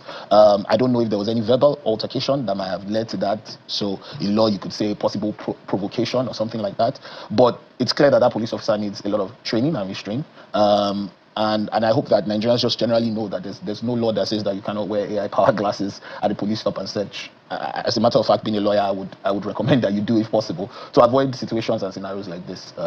ó náà níyẹn o ṣùgbọ́n ẹ̀jẹ̀ àfọ̀gbọ́n ṣe o lọ́dọ̀ àwọn tó gbé ìbọn dání yìí inú mọ́ sí wọn bí o wọ́n ti mọ̀ wípé àṣírí àwọn ń tú kò sí àwọn nínú àwọn lórí yín báyìí ọ̀pọ̀lọpọ̀ àwọn ò fẹ́ rí kámẹ́rà mọ́ mo rántí ìkan náà tàn gbé kámẹ́rà sójú Arẹ́gbẹ́ ní London kọ́ nìyẹn àbí US níbìkan lo òyìnbó sá ní ibi tó ti ń jẹun tó fẹ́ mọ̀ jà tí yẹn ń sọ fún wípé ó mọ ibi tó wà kì í mọ̀ sí Nàìjíríà public place níbí ààyè sì gbà wá a lè ṣe bó ṣe wà wọ́n ní ẹ mọ̀ fọgbọ́n sí i as a lawyer ó ní òun advice yín wípé ẹ ní ẹ̀rí ara ẹ̀rí yín náà sì ní wípé ẹ lo gbogbo ọ̀nà tẹ́ ẹ bá mọ̀ láti fi rìkọ́ọ̀dù ẹ mọ̀ yà picture nìkan ẹ rìkọ́ọ̀dù láti bẹ̀rẹ̀ délẹ̀ kí wọ́n bá sọ pé bóyá ẹ̀yin lẹ provoke ọlọ́pàá àwọn ọlọ́pàá yẹn ń para wọn bínú wọ́n lè fẹ́ gba ìjẹ́ lẹ́nu àwọn àṣírí wọ́n sì ń tú lójoojúmọ́ kọ́tì AI powered sunglass.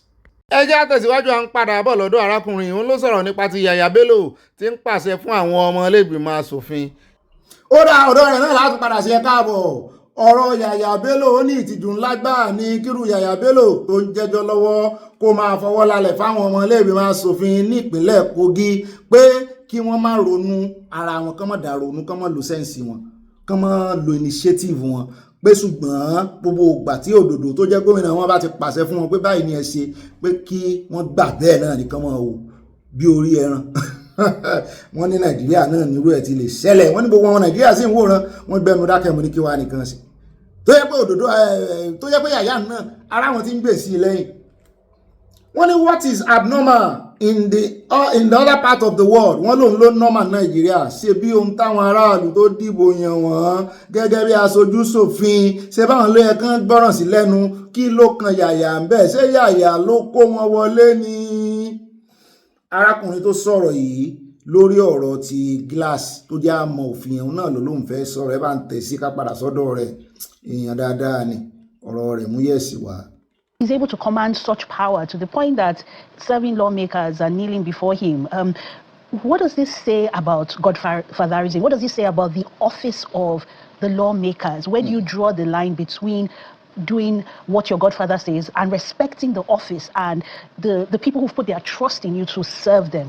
I think this is a very dicey situation, to be honest. Nigeria is a very culturally inclined society.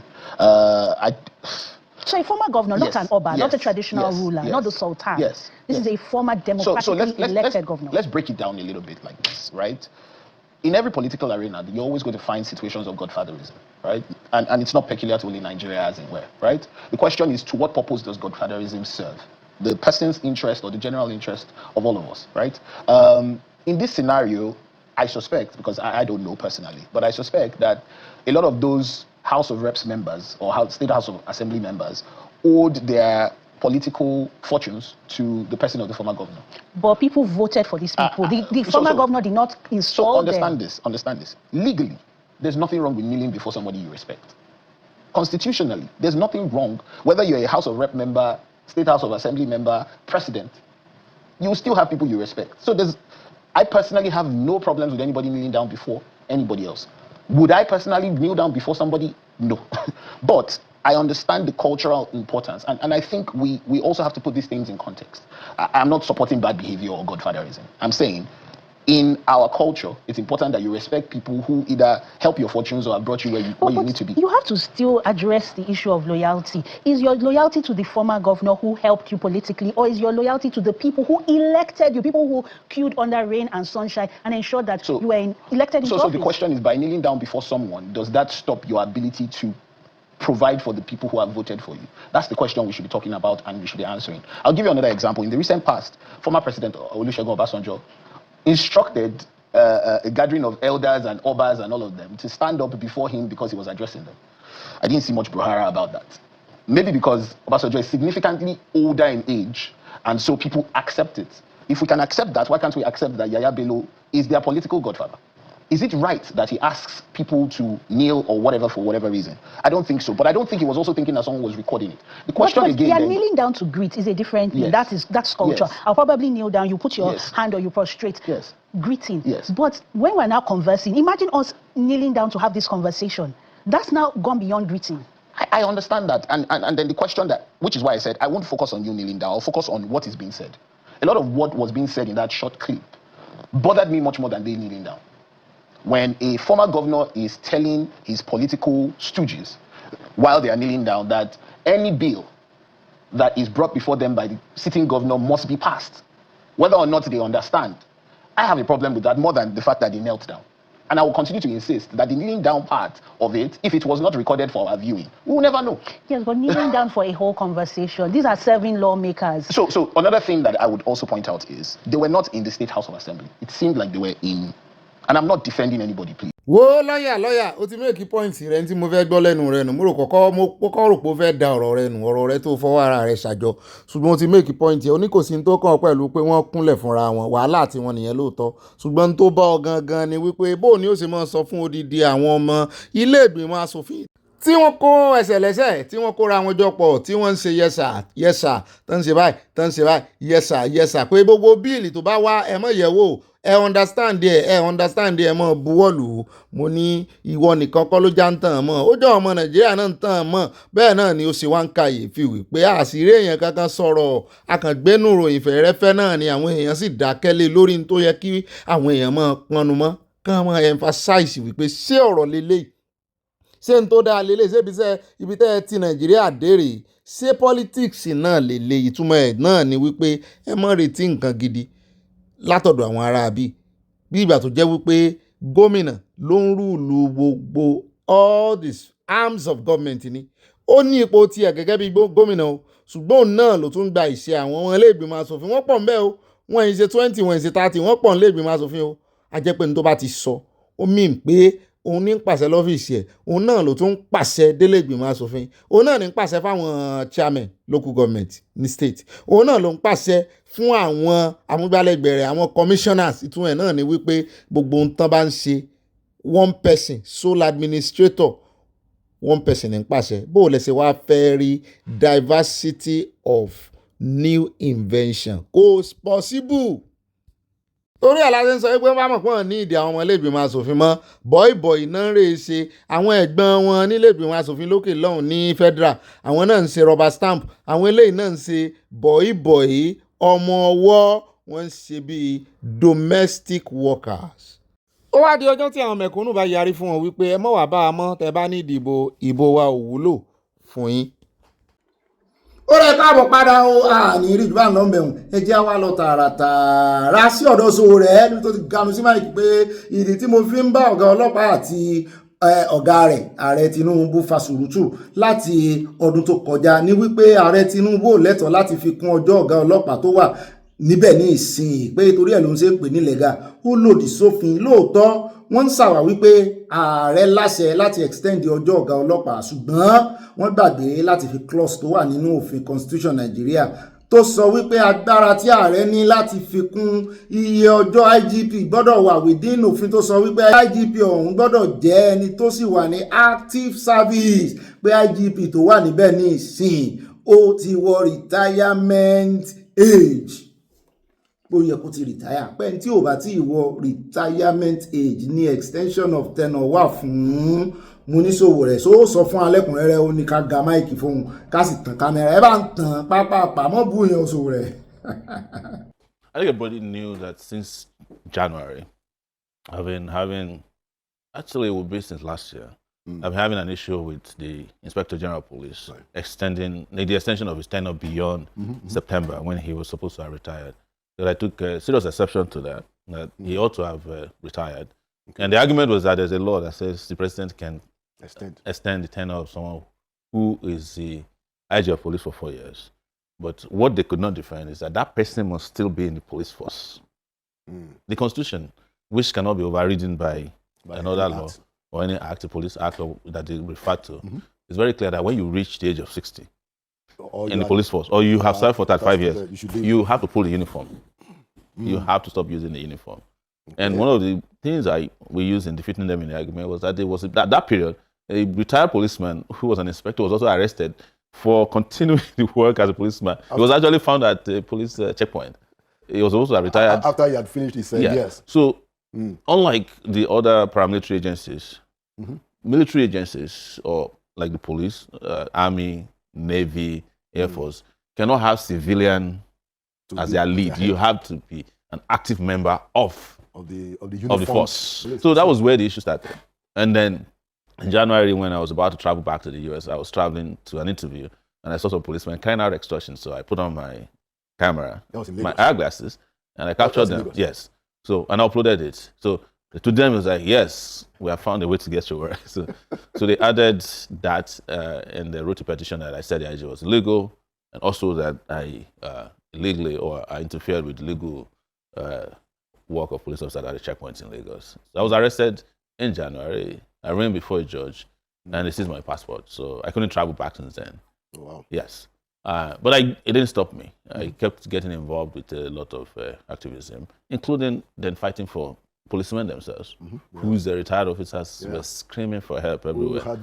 Yeah, so one of them sent me a video where he said he was retired ASP, and he's going to receive 2.6. So I put up the video, and it went viral. In fact, it was the second video because I started talking about the issue since 2020. Okay. That is that bulk money you get at once, 2.4 million, which basically is $1,400 or $1,500 after 35 years. So it became outrageous, and I told them that if you guys are ready, I will lead the fight. So I led them to fight and took them to the Inspector General's doorstep in Abuja.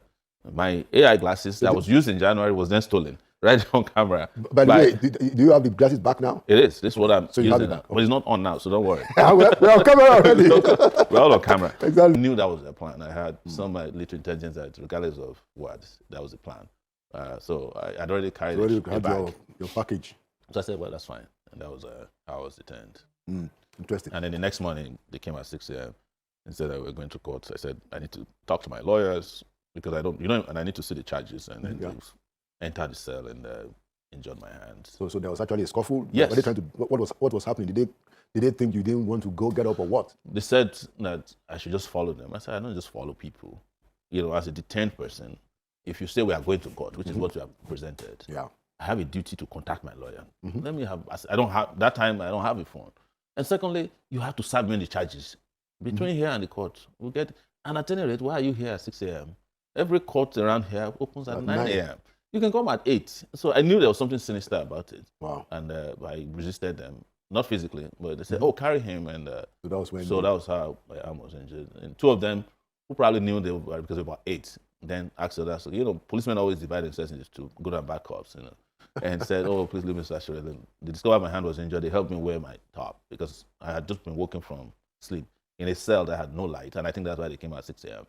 Were you with people in the cell or? There was one guy. It was a dark cell. I couldn't see his face. He was crying all night. The POS operator they brought in from Edo State.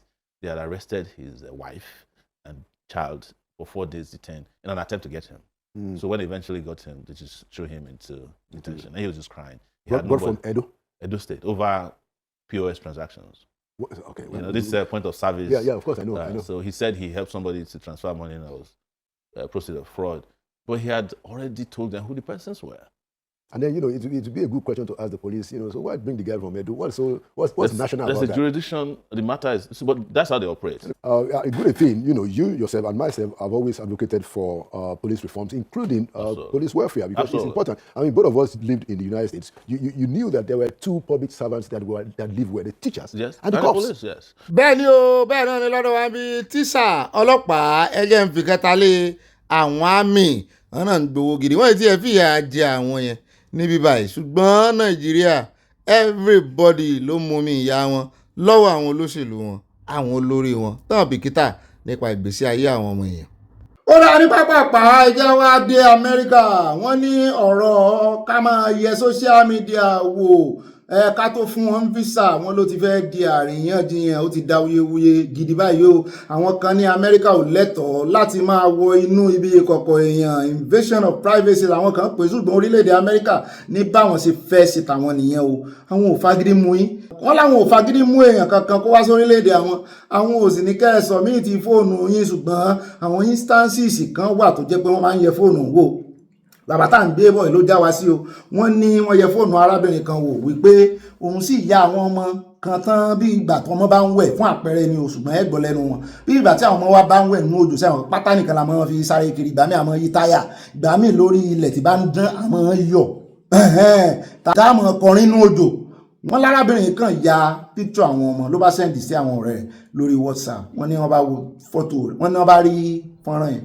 mo ní sàn yẹ fóònù rẹ̀ wò ni wọ́n sàmì rí fọ́nrán yẹn wọ́n bá ní tó tún wá jọmọdé ló sí ara wọn lẹ̀ báyìí pé ìwọ bá dé Amẹ́ríkà ọ̀fẹ́ mọ́ tọwọ́ bọmọdé ń dì wọ́n ní kì í mọ̀ ṣeré kì í mọ̀ ṣàwàdà wọ́n já wálẹ̀ ni wọ́n járàwọ̀ rẹ̀ wálẹ̀ o so kí wá ní bàbá yìí fẹ́ sọ ṣùgbọ́n kí bàbá yìí tó sọ̀rọ̀ àyà ní pé Amẹ́ríkà lẹ́tọ̀ọ́ ní tó bá wu oníkálukú ló lè ṣe ń lu rẹ̀ kó wu Nàìjíríà náà kán náà fẹ́ mọ yẹ̀wò wípé èmi ò ti bi ìsáná kíyèsí oògùn ni wípé ṣe bí owó tó yẹ kó jẹ́ privacy gangan àkáǹtì wọ́n ní ṣe bí wọ́n máa ní káwọn èèyàn submit kò sí orílẹ̀-èdè tí ìgbà àkáǹtì wọn lóòótọ́ ni kò sí orílẹ̀-èdè kó jẹ́ immigrant visa gan ló fẹ́ ṣe kó kúrò ní non-immigrant wọ́n wòye owó tó ń gbà ẹni tó fẹ́ invite wọ́n wòye owó tí ń gbà wọ́n lẹ́tọ̀ọ́ tó wá sí jẹ́ olùfẹ́ sponsor ara rẹ̀ ní visiting ó declare iye owó rẹ̀ so ẹ̀sẹ̀ tó bá ń wọnú àkáǹtì èèyàn torí gbogbo bẹ́ẹ̀ èèyàn ṣe tó ìwọ̀nba ṣéǹjì tó wà ń bẹ̀ tó fi ń gara so ni ò wá lè wo orí social media àbí kí oníkálukú náà rè mọ́ clean social media rẹ̀ ẹ bá ń tẹ̀sí ilé abẹ́rẹ́ ẹja gbọ́ atótónu tí bàbá yìí ṣe o. Well, first of all, it creates a burden on the Nigerian applicants. It makes it difficult for them to fulfill the obligations of applying for visa, because now they have to have their 5 years social media account. So presumably they will give their password and everything for the U.S. Government to check. So at one level, that is intrusive, right, into people, and that even for young ones, we are going to hold them accountable for what they may have said in a moment of carelessness 5 years earlier or 4 years earlier. But on the other hand, the U.S. has a right to determine, to set the conditions for those it will let into its country. So it has a right to say, we want to check your account to see whether you have terrorist inclinations or some of the things that you do. You want to check. And so that has been going on in the United States. Actually, today in the United States, if you apply for admissions, now they will do a security check on you. You give a social security number and they will do a security check. The university will do a security. If you get a new job, the companies will do a security check. So you can say, maybe the U.S. embassy is saying, just like in our country, we check people before we employ them or certain stuff, then we need to do that for people coming in for the same security reason. And that caused attention. A few years ago, a Nigerian woman, I think in Atlanta, so got a job with the FBI and outlined she couldn't pass the security test.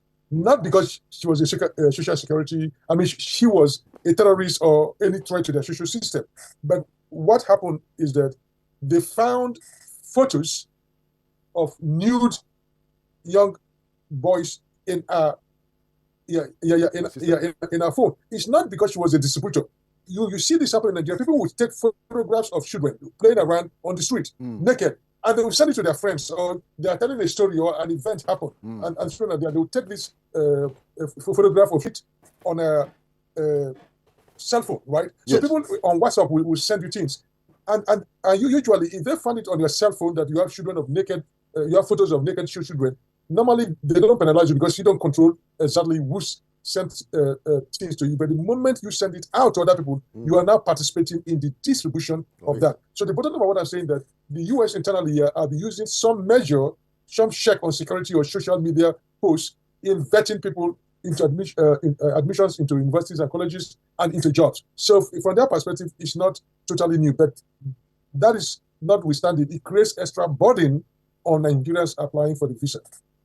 sẹ́yìn náà ń gbọ́ torí ọ̀rọ̀ yìí ti fẹ́ di àríyànjiyàn àwọn kan ní bọ́n bá ti delete ẹ̀ kíní ẹ wo ọ̀rọ̀ ti comfort ti ibom airline tó ṣẹlẹ̀ àwọn kan bọ́n pín kiri wọ́n bá lórí fóònù rẹ̀ yóò lé o yóò affect visa rẹ̀ o ẹ jọ̀ọ́ o gbogbo àwọn kíní àwa náà sọ ń pa rẹ̀ ò ní ìdí àti bọ́n pín kíní o ò ní ìdí ẹ̀ gbọ́n lórí fóònù mi ní ìsìn rí bí mo ti blow ẹ̀ tí mo fi lò ó sórí news.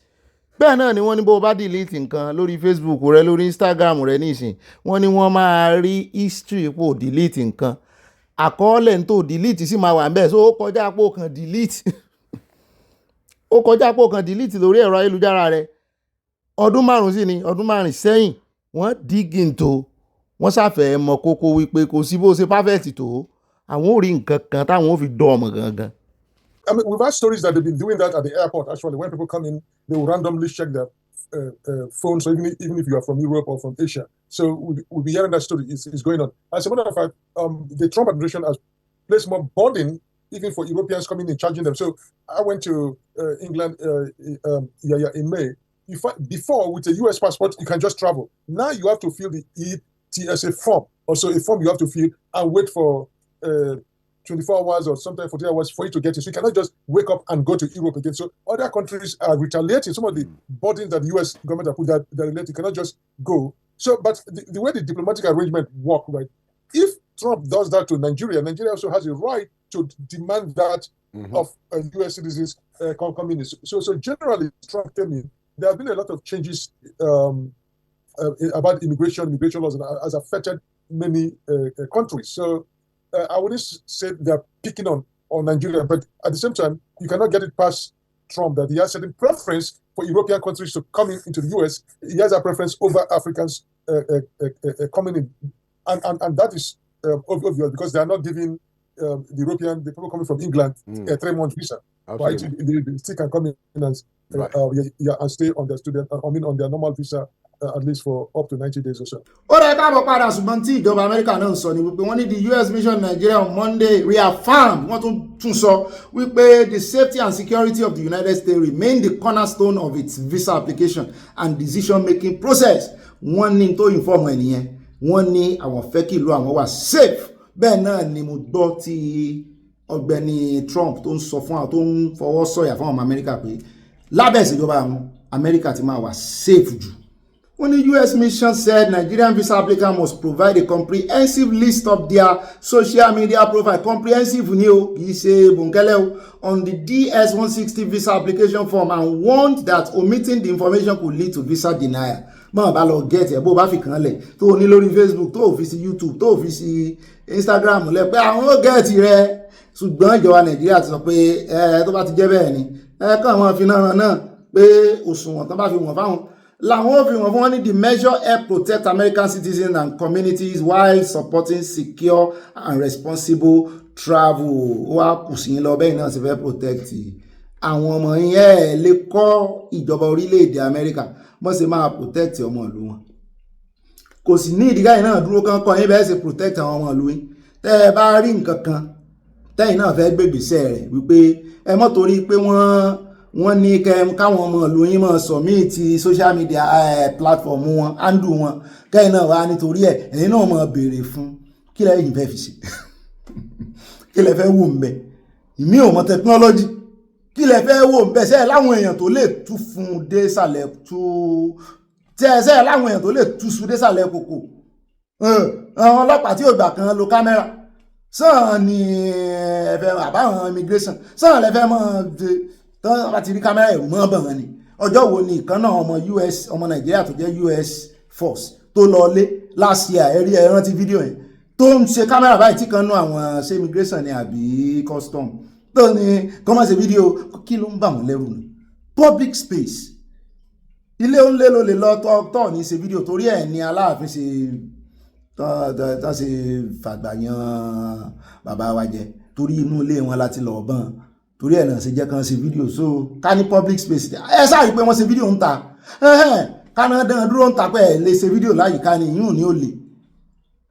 ṣùgbọ́n nínú ilé bẹ́ẹ̀ náà la ṣe bí wọ́n gbà àti bàbá ọba Ọ̀yọ́túnjí wọ́n ní ọ̀rọ̀ yọ fóònù jáde kò yọ fóònù jáde ni ló fa wàhálà tí bàbá fi gbé mi à ń bọ̀ lórí ọ̀rọ̀ yẹn ṣùgbọ́n báyìí tí USA sọnù o ẹjẹ́ wa lọ tààràtààrà ní pápápá ẹjẹ́ wa mẹ́nu létí bàbá Sunday Igboho níbi tá a ti gbọ́ tán ní àwọn àgbààgbà kan wọ́n ń ka ẹnìkan ń pé àwọn àgbààgbà kan mo lé èèyàn wo dárúkọ ẹ̀ mo lé mi gbọ́ tí Gani Adams Ìbà Ààrẹ Ọ̀nà Kakanfò tán sọ wípé àwọn àgbààgbà ó dá sí mo láwọn àgbààgbà wo ní Ìbà Gani fẹ́ pé ńgbà tá a mọ̀ wípé ńgbà ti submit tí ò ní pé submit wọ́n expect páwọn náà máa gbé kíìlì lọ́wọ́ kí submit wípé ẹ̀yin ní kẹrẹ̀ dáàbò bo kìíní ṣùgbọ́n wọ́n ní sọ wípé Sunday Igboho ọmọ mi wọ́n tún ṣe fídíò nínú ibẹ̀ wọ́n kí gbogbo àwọn ọba o àwà lára àwọn tó ní Sunday Igboho wọn lọ wọ́n fẹ́ tàn abẹ́yìn ò sọ bẹ́ẹ̀ nígbà náà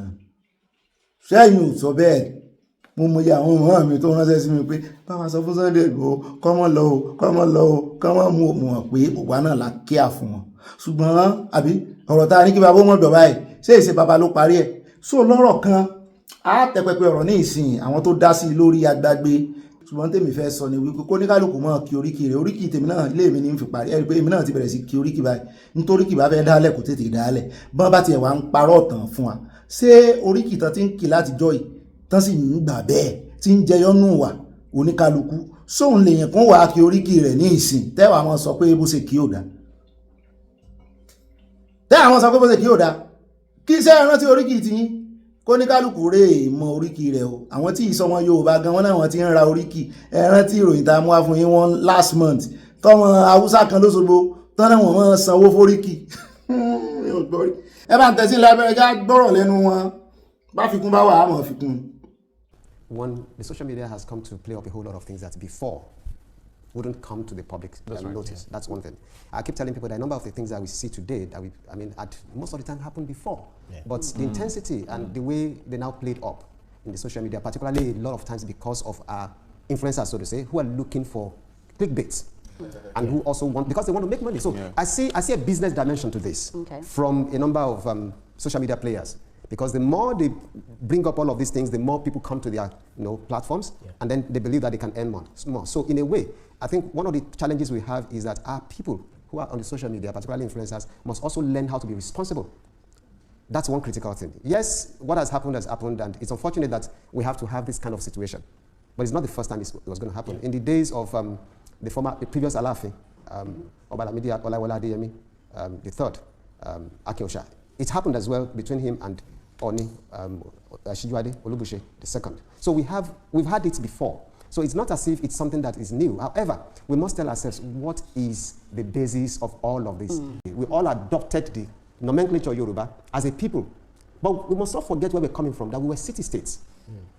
The Jeshas, the Ijebu, the Ekiti, and what have you, they were city-states. And a number of those city-states were never under the imperialism of Oyo at any point in time.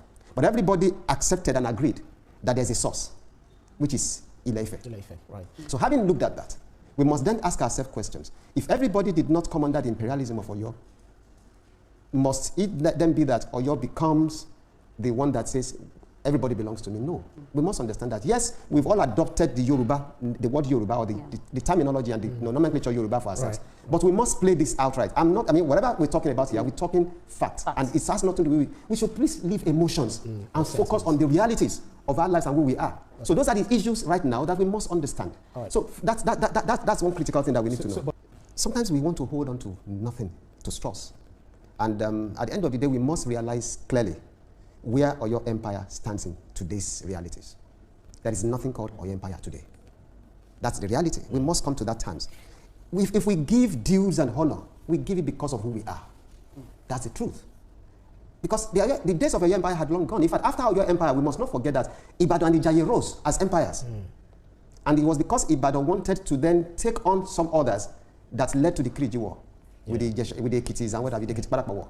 So in a way, we must understand that. And that's why even Ibadan people will say the Alaafin should not be doing what he's doing right now. Because we must understand the place of history is there, yes. But must we begin to backtrack into certain things that do not pay us and brings acrimony? We have more things to look at as Yorubas than all these skirmishes. All these kind of, oh, I'm this, I'm that, I'm old, I'm more superior to you, I'm not superior to you. Yeah. Who needs that now? That's the question we want to ask. And how much of that would impact on the economic situation of the people, and how would that also help the political situation of the people and also bring prosperity to the people? ọ̀rọ̀ lẹ́tí gbọ́ yẹn tí arákùnrin yẹn ń gbìyànjú àti sọ náà ni wípé gbogbo ohun tó ń pariwo lé lórí ó ti dàfi sẹ́yìn tẹ́gùn fi sọ tẹkinọ́lọ́jì mélòó ló jáde nínú Ọ̀yọ́ empire. Gbogbo ogun tánà jà ń gbà náà, ogun Kírìjì, ogun gbogbo ẹ̀ só ti fẹ̀ lójú tó yìí. Ṣé wọ́n tóbi tó yìí tó bá dàn tó gbogbo bí Yorùbá ṣe wá parapọ̀ ní ìsìn? Ṣé ìfẹ́ yẹn wà tẹ́lẹ̀ bó ṣe wà ní ìsìn? Ṣáà jẹ́ ẹyọ kan tẹ́lẹ̀, ṣáà ń jẹ́ Yorùbá tẹ́lẹ̀? Tá bá fẹ́ padà sídìí ayé àtijọ́, kó ní kálukú kó padà kórè mọ́ jorúkọ fádà rẹ̀ ńgbà náà. Àbí wọ́n ní ẹ mọ́ ṣògo nínú ògo àtijọ́ mọ́, ògo tuntun ní kẹ́ ẹ lò. Ẹ fògo àtijọ́ lẹ́yìn ti expire, ìgbàlódé ti dé. Èèyàn lè mọ rìfáàsì history ṣùgbọ́n don't dwell in it, dwell in the future. Ayé gan ò dwell in the present mọ́. Don't dwell in the past. Don't even dwell in the present. Dwell in the future. Àwọn òyìnbó náà máa ń rìfà padà sí kíní wọn, history wọn. Ṣùgbọ́n nítorí wípé wọn fẹ́ dúró nínú àtijọ́, wọ́n kẹsẹ̀ bọ eré. Torí ẹ̀ ní development ṣe wà. Ẹ lọ́ọ́ wo àwọn páànù àwọn ìlú òkè tó fi dé Ìwó ìlú wa, tó fi dọ́yọ̀, tó fi dé Ifẹ̀ gan. Ẹ lọ́ọ́ mi ò ní wọn kọ́lé tuntun o. Ṣùgbọ́n ẹ jẹ́ kán ṣe drone view kan mú látòkè. Ẹ ra àwọn páànù ayé àtijọ́. A sì ń ṣògo nínú ayé àtijọ́. Ọ̀pọ̀lọpọ̀ wa ò sì ní maintenance culture. Ilé àlàpà táwọn bàbá wa fi ilẹ̀, mélòó nú ẹ̀ láti tún ṣe tẹ́ ń ṣògo nínú ògo ayé àtijọ́. Ayé ìgbà kan ọba bá lórí ohun gbogbo. Ṣé ọba bá dé Aso Rock nísìn? Ṣé ọba lè gbóná ojú olódó dẹ? Ẹni tó burú jù nílẹ̀ Yorùbá, tó burú fún ọmọ Yorùbá jù, òun náà ni pé ọ̀pọ̀lọpọ̀ olóore ọmọ Yorùbá, ẹni tọ́lọ́run bá ṣe ní olóore fún wa, a máa ń tọwọ́ bọ̀ lójú ni. Ẹni ọba jí aláàánú nílẹ̀ Yorùbá, lọ́mọ Yorùbá máa ń fọwọ́ gún lójú. Kí ni Sunday Igboho sọ? Táwọn ará Ọ̀yọ́ kan kóra àwọn ẹjọ́ tó láwọn ò ṣe Yorùbá nation mọ́ o. Ọmọ Yorùbá ṣe Yorùbá nation. Igboho fámìlì ẹ̀ ló fẹ́ gba Yorùbá nation fún. Gbogbo ẹ̀yin tẹ́ kóra yín jọ yẹn, tẹ́ ní ẹ̀ ṣe Yorùbá nation mọ́ o. Ẹ̀ ṣe Yorùbá nation, ọmọ ṣe Yorùbá nation. Ṣé látọjọ́ tí Fúlàní ti ń jí àwọn èèyàn gbé tí wọ́n ń pààyàn sínú oko? Ẹ dárúkọ fámìlì Sunday Igboho tí wọ́n pa sínú oko. Fámìlì Sunday Igboho mélòó ni Fúlàní jí gbé? Fámìlì Sunday Igboho mélòó ni làwọn herdsmen ni wọ́n pa sínú oko? Ẹ yé tanra yín. Ṣé Sunday Igboho tó ń wọnú igbó káàkiri fún Fúlàní? Ṣé ẹ dákun, ṣé ọ̀ràn ni kéèyàn fẹ́ràn ẹ̀yà rẹ̀? Sunday Igboho kì í ṣe tọ̀yọ́ nìkan, mo fẹ́ kẹ́ ẹ mọ̀. Ọlọ́run gbé Sunday Igboho kalẹ̀ fún gbogbo tí ń jẹ́ ìran Yorùbá ni, kì í ṣe ìran Ọ̀yọ́ nìkan. èèyàn lọ sífẹ̀ sífẹ̀ ní Sunday Igboho kọ́kọ́ lọ ni gbogbo tí ń jẹ́ ọ̀dọ̀ àwọn lọ́balọ́ba nílẹ̀ Yorùbá ní Sunday Igboho yà nígbà tí Sunday Igboho wá sí ọ̀dọ̀ Aláàfin wọn àjẹ́ kan ṣe fídíò náà